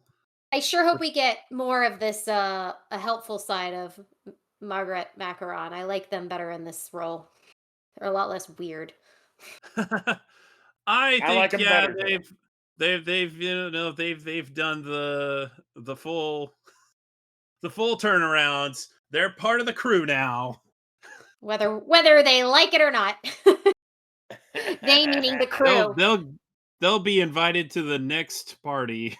And they'll be like, why am I here? And the next visit where they play Magical Life at Mash's parents' house. Probably. And the game calls them all out. So funny. Magical Life. that game had them dead to rights. Yeah, kind of. I wanted to play. I want to know. Do me next. Are you sure you want to know? Even Yes. though Mash does accidental disrespect, the disrespect that game give. Goddamn. I love it. Telling Mash he's gonna die. Let's be real. Cell War deserves all the disrespect. Oh, absolutely. That guy's not a big deal. Right. So, along with a fine selection of programming, Toonami gave us a nice little update in the form of a kind of a different general block promo that's also leaning towards like a homily speech type thing. So yeah, let's talk about that. Let's talk about that nice message from Tom and Sara that we got during the block this week, where they open up talking about how there's so many deep fakes and AI and all of that nonsense. So we think you'd appreciate hearing it from the source. And that is that the mission remains the same and Toonami is still standing. And thank you for watching, and good things come to those who wait. I really appreciated hearing this one. I actually did see this. I'd say this is appropriately timed as they're breaking in the new year. That said, with other things going on in the world, maybe not, but it would have been appropriate timing. I think a more appropriate timing would have been like last January or like last February. That's fair. Yes. Last March, back when we had to get all our heads together and have the summit just to be like, okay, what is going on? Because right now you look at Toonami, it's like, yeah, it's good. We got 4 solid premieres. More I on still the think it was way. appropriate here because there was also all the merger talk. True. Yes. And hearing this in the middle of that is actually very reassuring. Yeah. Not that anything on that's really going to change within a year, but No, but still. you do like to hear that.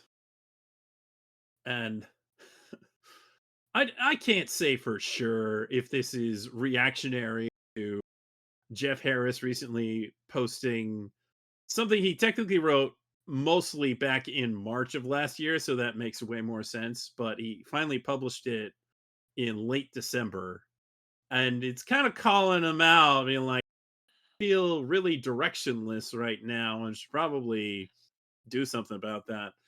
So I don't know if that's actually any correlation, but it is an interesting coincidence.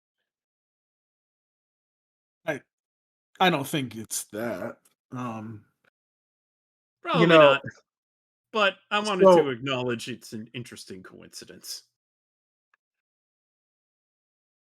let's be honest. We joke often about like, oh yeah, nobody ever listens to us. Well, one place that probably does listen to us is Adult Swim, just because you know they do want to obviously know what's going on in the community, and obviously they're probably checking out wherever there's a hashtag Toonami on multiple social media. I'm sure that as much as they don't want to go on X, they probably still go on X. Um, and look at all this stuff. So I think this is more them finally saying this is a new year. This this is Toonami. This is not going anywhere anytime soon. So don't worry. So if you need any more indication of what the state of Toonami is, there's your answer. Um Now you guys don't look at the comments. I do. And I've had to delete way too many people using the link to a certain illegal streaming that will not be named on this podcast. If you get what I'm talking People about. still use I have that? no idea what you're talking Apparently, about. apparently, Kuro, we'll clue you in off the podcast because I don't want to name it because it doesn't need to be named. It's not even the best way to watch old rips of Dragon Ball Tsunami. No, Ooh. it's not. Much less That's something like terrible. Gundam Wing that's available in HD now. Yeah, exactly. At least update it. But anyways,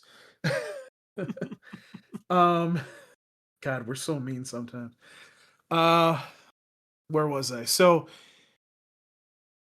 it's more or less the thing that I keep seeing is, oh, is Toonami going to stream? Are they going to streaming? Are they going to have their own channel? So, because obviously that question comes up every once in a while when something like this comes out.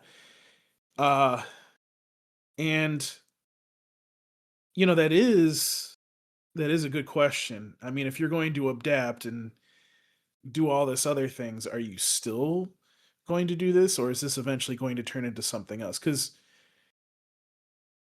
you know, if you really want to think about it, if it does get bought out like it's supposed to, which there looks like there's a lot of growing resistance against Netflix taking Warner Brothers Discovery, or at least the movie side of Warner Brothers Discovery, should I say, um, that with them being just the networks, which that should be happening within the next couple months, where they split the movies and the TV networks with HBO Max over here. That should be happening soon, no matter what happens. Um, there may be some appetite to try to do that. They own Toonami. They own the trademark Toonami.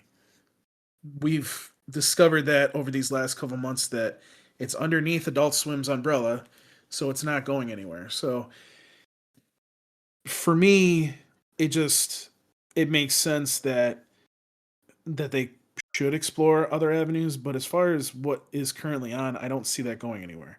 I don't see them removing it from Adult Swim. There's nothing else you can really put there on Saturday night unless you want to rerun like Family Guy 50 times or They can't insert afford that. Fox show. What was that? They can't afford to rerun Family Guy That's true. So, because they play it a lot. oh, they do. They do. So, I mean, for me, I don't think we really need to say too much more about it. I obviously would love to do another state of Toonami kind of thing sometime in the next month or two to go more in depth into it. But I don't see them. I don't see this going anywhere anytime soon. What it just tells me is that now they've got their shit together after last January, and we're not going to see something like that hopefully happen again. Well, we can hope so. Yeah.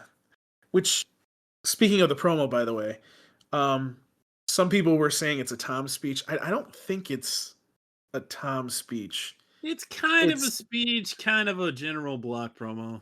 Yeah, I think it's it's- kind of a thing. I It's see it both. as a state of Toonami address. Yeah, that's type what of- I was going to say.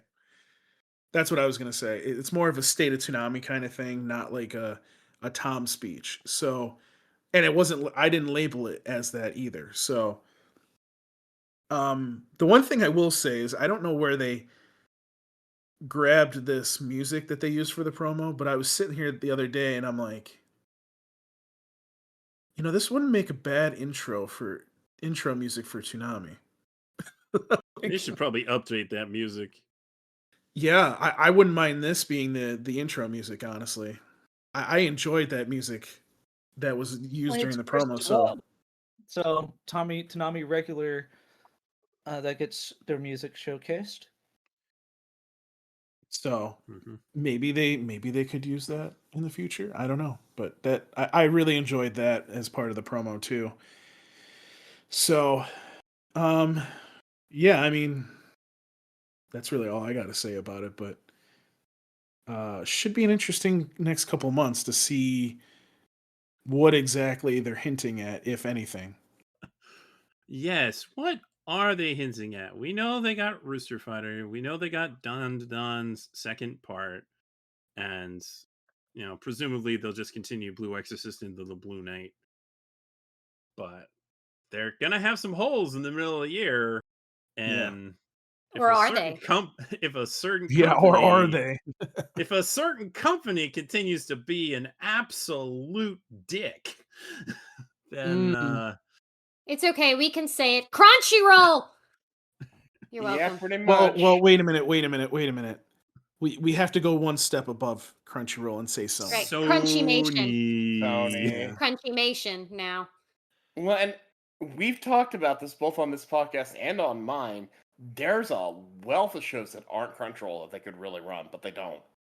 yeah, they really should be looking at what Sentai has, because they don't need like a ton of shows, but they definitely could pull from that catalog a little bit.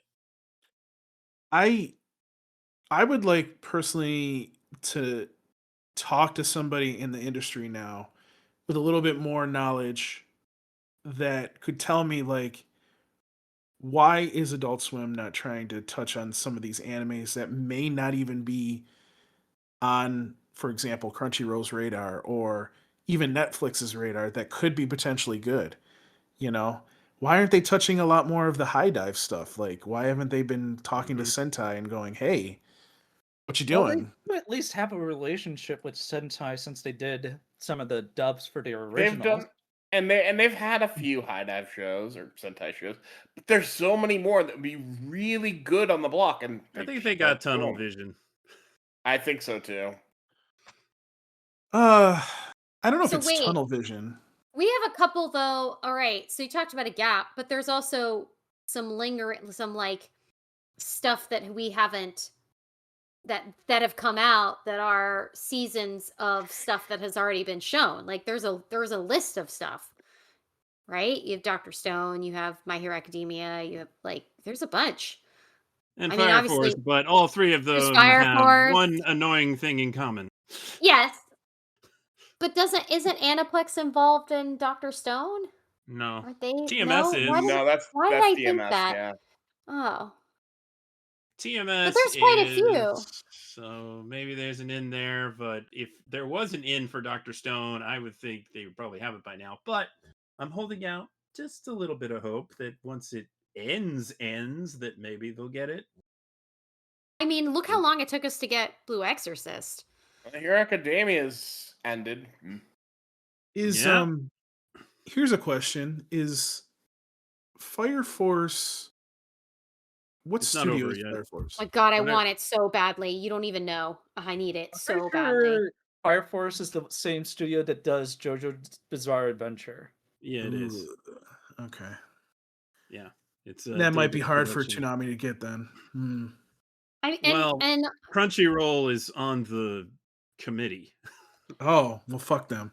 well, Paul was vacillating between whether or not we were going to get Daima for the longest time, and we ended up getting Daima finally. Well, I'm just saying, Toei. So there is- Toei's yeah. always an option.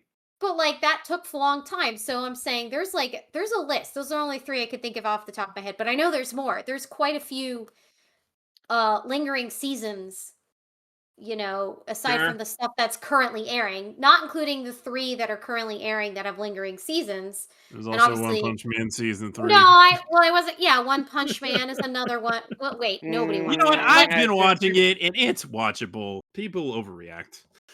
That's not how I felt great. about 2. That's how I felt about 2. It's just that you But got it's watchable. season 1 to compare against.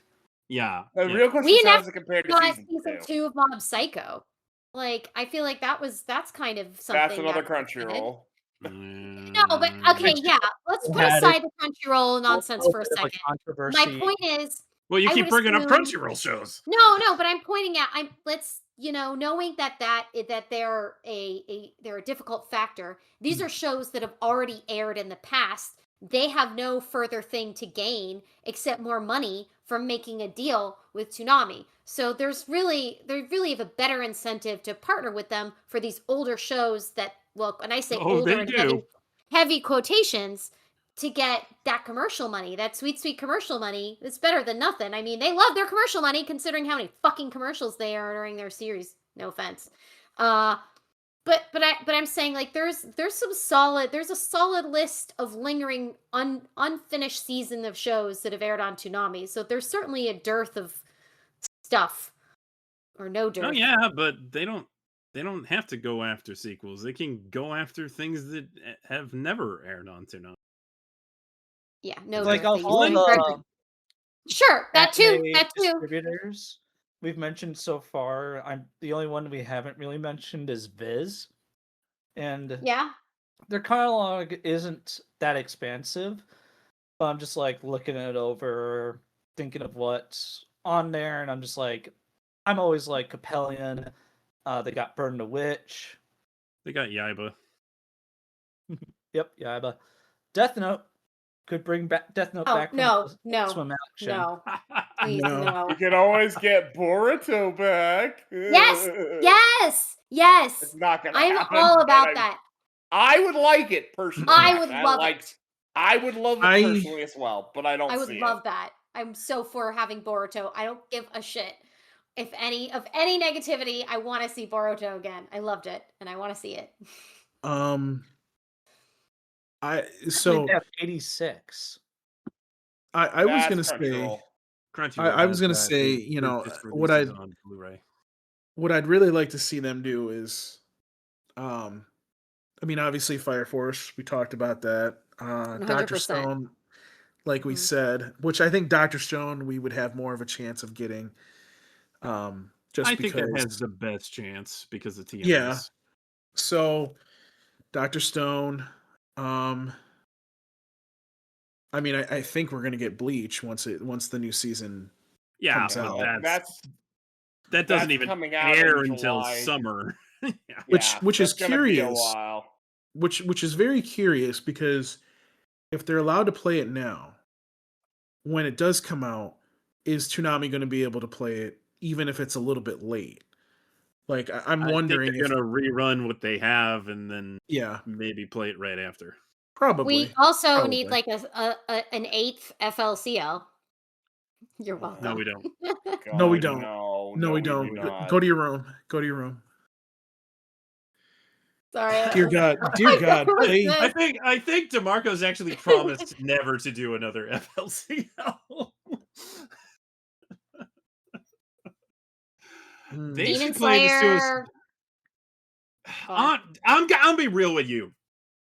I don't think they need to bother with Demon Slayer's other season, at least until the movies are all done. Like, why show the Hashira arc and then Well- It's to lead into movies that are not done yet. So and they're so- long and weird. It'd be difficult to schedule. You know what else is So, weird? The just last wait. season of Food Wars. We I don't would need to do say that either. We didn't need that. I frankly kind of wish they hadn't played it, but Me too.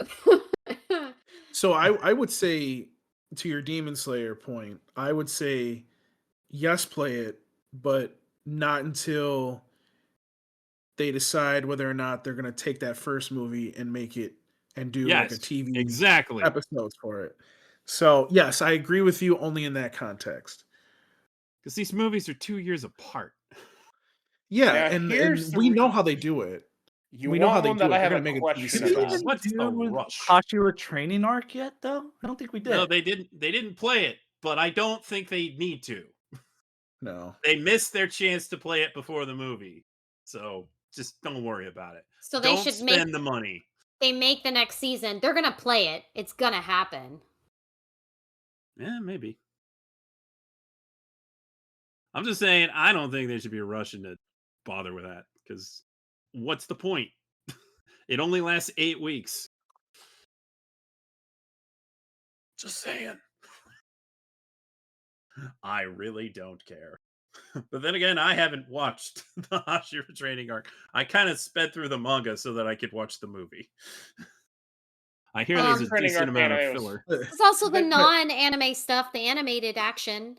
Unicorn Warriors Eternal. I need to know what happens. I need it. I need it desperately. That And show then needs a sequel. and then the other one, Primal? yeah. No, Well, not Primal. Primal. Not Primal. That's coming. The girl who fights, I can't remember it off. Invincible Shit. Fight Girl. White Girl? Yeah, Go- Invincible Fight I Girl. wish. Those both are just waiting for second season. So I would know. love to see more Invincible Well, Fight there- Girl out, but I don't know that that's going to happen. That You would know, be what I was was the adorable. point then? What I was was the just fucking thinking Where wait a point? minute. My Adventures with Superman season 3's at. Yeah, I was gonna say that actually. That's That should coming be down the line sometime too. this next year. Sometime. Yeah, so that'll be good to have on the block. I do wonder if they're gonna, because there's a Green Lantern series that's in that same universe. It's supposed to just be for HBO Max, but I'm wondering if that's gonna end up also on Adult Swim. But we'll have to wait and see if that's an actual thing or not. You know, with the way Um, things are going with Warner Brothers Discovery, I really think this would be a good time to like try and play as many DC things on Toonami as you can while you still can. That's Suicide a Squad is valid high. thought. Yes, Suicide Squad Isekai. Who watched that on Hulu? Who watched it on HBO Max? Put I that on watched it Toonami. for a little bit. I Yeah. didn't finish it, but it was interesting. It's pretty good. It's better than a lot of Toonami originals. Ooh. Oh, You're not wrong. You're not wrong. One of the good things Apparently DeMarco we're put his getting name more on and it seasons doesn't of air on Ninja Toonami. Toonami. They should play that Lord of the Rings movie this year. Yeah. Yeah. Let's do that. that But would you have been know a good they're one for implying Christmas. that they have Let's- good things coming, and I was like, okay, I hope that means that you actually have these things secure. Or any movie, you know. It's been when was the last time we Depending had on a movie? on what's going on with the Dragon Ball stuff, there might be something there because there's supposed to be a big announcement this year, early this year. And What I heard of was what's to like come. a Dragon Ball Super reboot.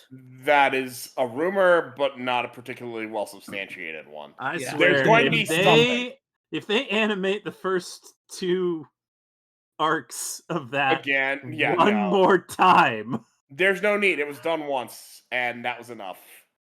Wink. Um, Yeah, They don't- honestly, I don't think they're going to be remaking Super. They might pick it back up. I mean that's Yeah, what I we hope hope they would do on. that. Manga has progressed There's past anime. the manga did progress past the anime, but there's a kind of an internal battle going on between Iyoku and Toyotaro. So I don't know if we're going to get that manga stuff animated or not. Oh boy, Yeah, well, it's a side tangent.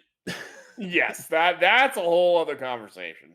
But what I was trying to say is there's something coming. We know there's something coming. They're telling us, hey, and depending on how involved Toonami might be in that, we could be seeing that if they were able to, but I can't say that they are or aren't. Probably not. Probably If they, not. if they didn't get on the ground floor on Daima, I seriously doubt they'll be able to do it for Well, whatever they comes I I mean, don't I think they don't. would have. Daima started out as, hey, look, we're doing a web anime only. So they couldn't have been on the ground floor on that. Right, you might have a point there. With this, it could be different. Not saying it is different. Who knows? Man, it would make so much sense for them to do that, but for some reason Well, they just don't do it's these things. it's Toei on the other side there, and Toei loves to have their stuff on Toonami, which is great. But Toei's also a very very prickly company. Indeed. Yeah, I mean, That is me trying to not be mean.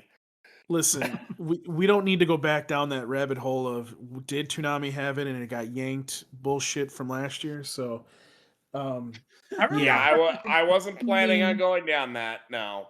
I remember seeing in So- passing something about Black Lagoon.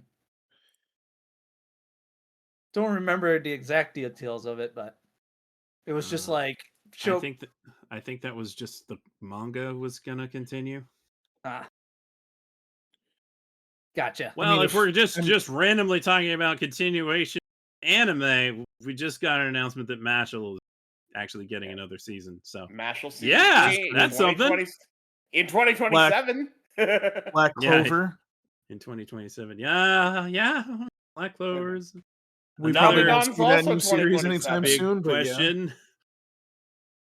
And Paul's over here just furious that the new Ronin Warriors is just slapped on Crunchyroll, and it doesn't seem like it's getting a I dub. swear to fucking God, if they fuck up that dub, I'm gonna I scream. don't know. I that don't there's think they're going gonna be dub it. one. I don't think they are either. They just kind of threw it up without saying anything. No fanfare. Mm-hmm. But why? But that seems stupid. I don't know. They just did. They So here's just my don't question: care. if somebody else wanted to take it and dub it, could Crunch? Well, yeah, actually they could because the sub and the dub are different. So Well, that Here's- really comes down to Sunrise. Sunrise could commission a Mm. dub themselves. And it's possible because we've had things like Digimon Beat Break get a dub, like Yeah. just recently, after many months. So it's a possibility, but I can't say that it's a high likelihood though. by the way, I will say the intro for it is actually pretty good. It's pretty good. I watched the first episode. It's violent. It's I need very to that's watch it. Ronin I Warriors. haven't yet. That is Ronin Warriors, so please bring it on. Ronin Warriors was pretty tame. This is Well, bloody. okay. Well, Ronin Warriors didn't go too deep into it, but yeah, I mean, Like it's they didn't supposed to really be edit action. that show when it came to the US. They didn't really No. edit the violence. It was was just the- pretty tame. Yeah. So people You know, are really surprised that they kind of went hard with the I But- am. So you brought up a good point though, because I feel like what they may do is they may do the exact same thing that they did with Ronin Warriors.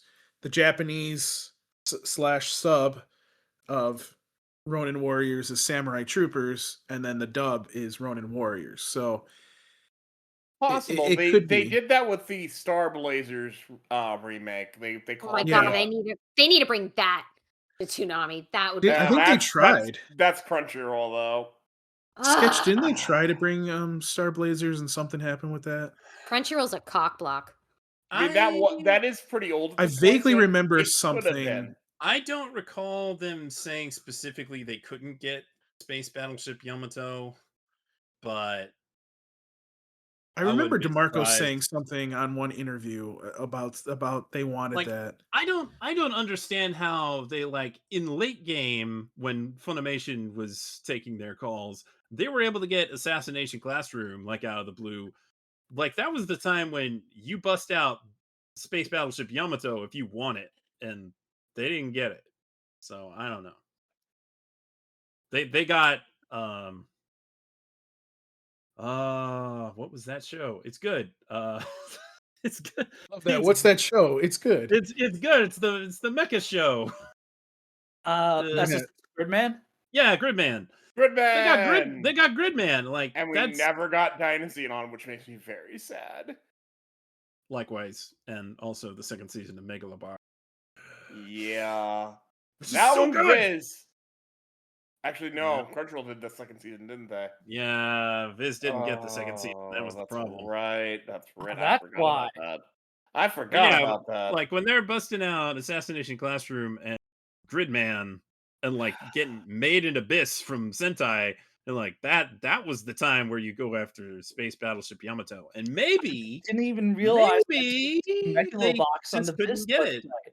Like we don't know what they've tried to get and haven't been able to get for the most part, unless they explicitly say it. But I don't think they mentioned that in particular. But it seems like something that would be way up their alley because they grew up on Star Blazers. So Yeah. of course they'd want the new Star Blazers series, and it's good. So yeah, of course they'd want it. But I don't know. They're sure not getting it now. Yeah, That I mean, is I unfortunate. think there's a lot of unanswered questions right now. You know, like As there what often are. what are they going to get and what are they not going to be able to get? You know what I mean? That's what It, I'm saying. Like it's on the just break, on one hand, there's a lot of possibilities, and that's exciting. But on the other hand, it's worrisome. Yeah. Because they often don't get out of their comfort zone. Yeah. But maybe maybe I feel like such a chump for being like, this is the year. This is the year when they get out of the box. I mean that whole promo's what got us started on this. Who knows? It Who was a knows? very positive, optimistic message, and I think the implication was to that they're sticking around, and we shouldn't Mhm. worry. And yes. I think the Zom 100 clips were just perfect. Yeah. Perfect. It's like, yeah, life sucks. Show us some 100 clips. Perfect. Wonderful. And also lots of praise from One Piece characters. We're like, yes. Somebody had fun making that one. And good for them. They should. They should have fun making state of Toonami videos, as it were. Good stuff. It's appreciated. Hopefully, they deliver. They say have faith. Well, we are the Toonami faithful. Yep, We that's are true. indeed. It's in the contract. It's in the name. Yes, that But it's contract I nice made of you them. all sign. It's always nice of them to thank people for watching because there's plenty of other things they could be watching. So, thanks for the message, Toonami, if you're listening. Whoever's running things over there now.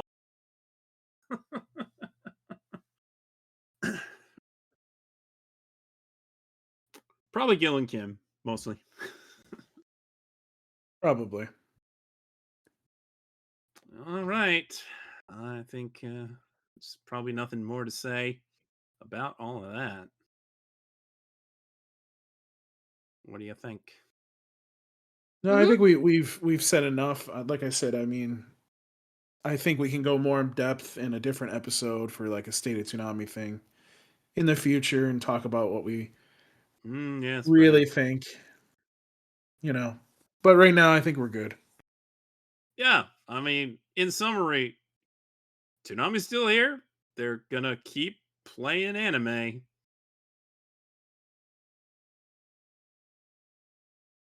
Life goes on. So, if you have any thoughts on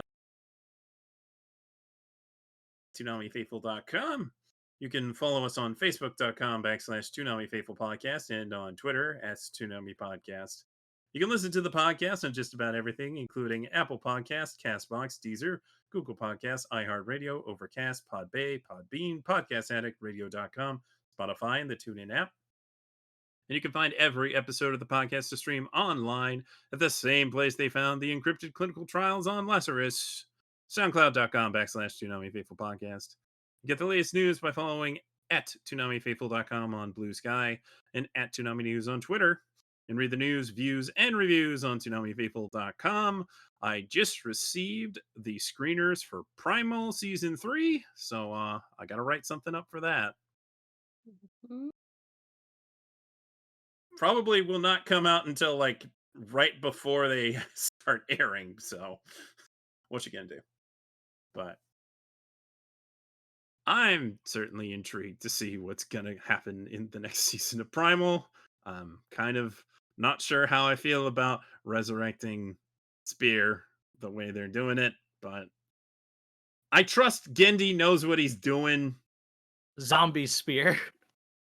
The only thing I don't trust Gendy with is romance. He's just not good at writing that. Oh, don't remind me. Maybe we can blame his collaborators for that, but So cringy. the best romance he's written is probably in his raunchy dog comedy. And even that's just okay. He's just good at other things, and you should stick to what you know you're good at. Yeah. But Fix is hilarious, I must say. I think that's a very funny movie. And bless his heart for making something like that. And even trying to get it into theater. But of course, it didn't run in theaters. Because of course it didn't. We can't even get a Last Airbender movie in theaters, apparently. Not a Oh, good let's one. not start about that. Not a good one. You We got one. It's just not good. You put Legend. Well, yeah. You put Legend of Aang in the spot where that Ninja Turtles movie was going to go, and then you decide that you're not going to put Legend of Aang in theaters, but you're not going to move Turtles back up? Come on! I'm very concerned about what Paramount Skydance is going to do with the Avatar franchise and Ninja Turtles. And hopefully, nothing else. Well, yeah. That's whatever that is. Okay, Fabian, the folks where they can find you. You can find me on Twitter and Blue Sky under Faboover. Same with YouTube. So that's where I can be found. I'm working on some things slowly, but I plan on releasing stuff. All right. And Steven, tell the folks where they can find you. You can find me working on my computer because I probably need a new GPU. Aside from that, I'm on like every social media platform. You want to find me? It's MXA Ghost. I'm on everything. Go ahead. If you don't, good luck. All right. Laser, tell the folks where they can find you. Well, you can find me on Twitter at LaserKidPrime. You can find me on Blue Sky at LaserKid when I'm actually on Blue Sky.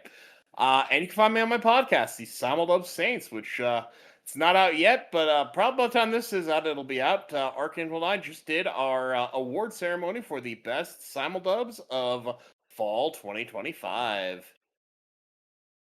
Nice. Should be a good listen. It's a good hour and a half of me and Ark saying the best shows of the season. It's a good time. I just finished the hard editing part. I just got to do the credits now. Kuro, tell the folks where they can find you. I am on Blue Sky and I'm on Twitter, and you can follow me by searching for Happy Crow Kitty. That's me, the only one. And Paul, where can they find you? You can find me on X Blue Sky, Paul Skrillo, And you can, of course, email me, paulpscrillo@toonamifaithful.com. And Sketch, where can they find you? You can find me on Twitter, Sketch1984, and you can look me up on Blue Sky, also Sketch1984. I'd like to thank you all for listening. We always appreciate your listenership. Be sure to share the podcast with your friends if you think they would be interested.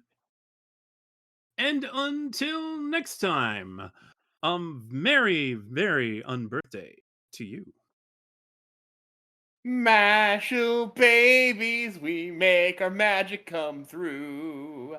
Mashle babies, we'll do the same for you. When you're home once you did and you wish that you weren't there, just close your eyes and eat cream puffs, and you can bend press anywhere. Mashle, Mashle, Mashle. So babies, babies, babies, oh, Mashle babies.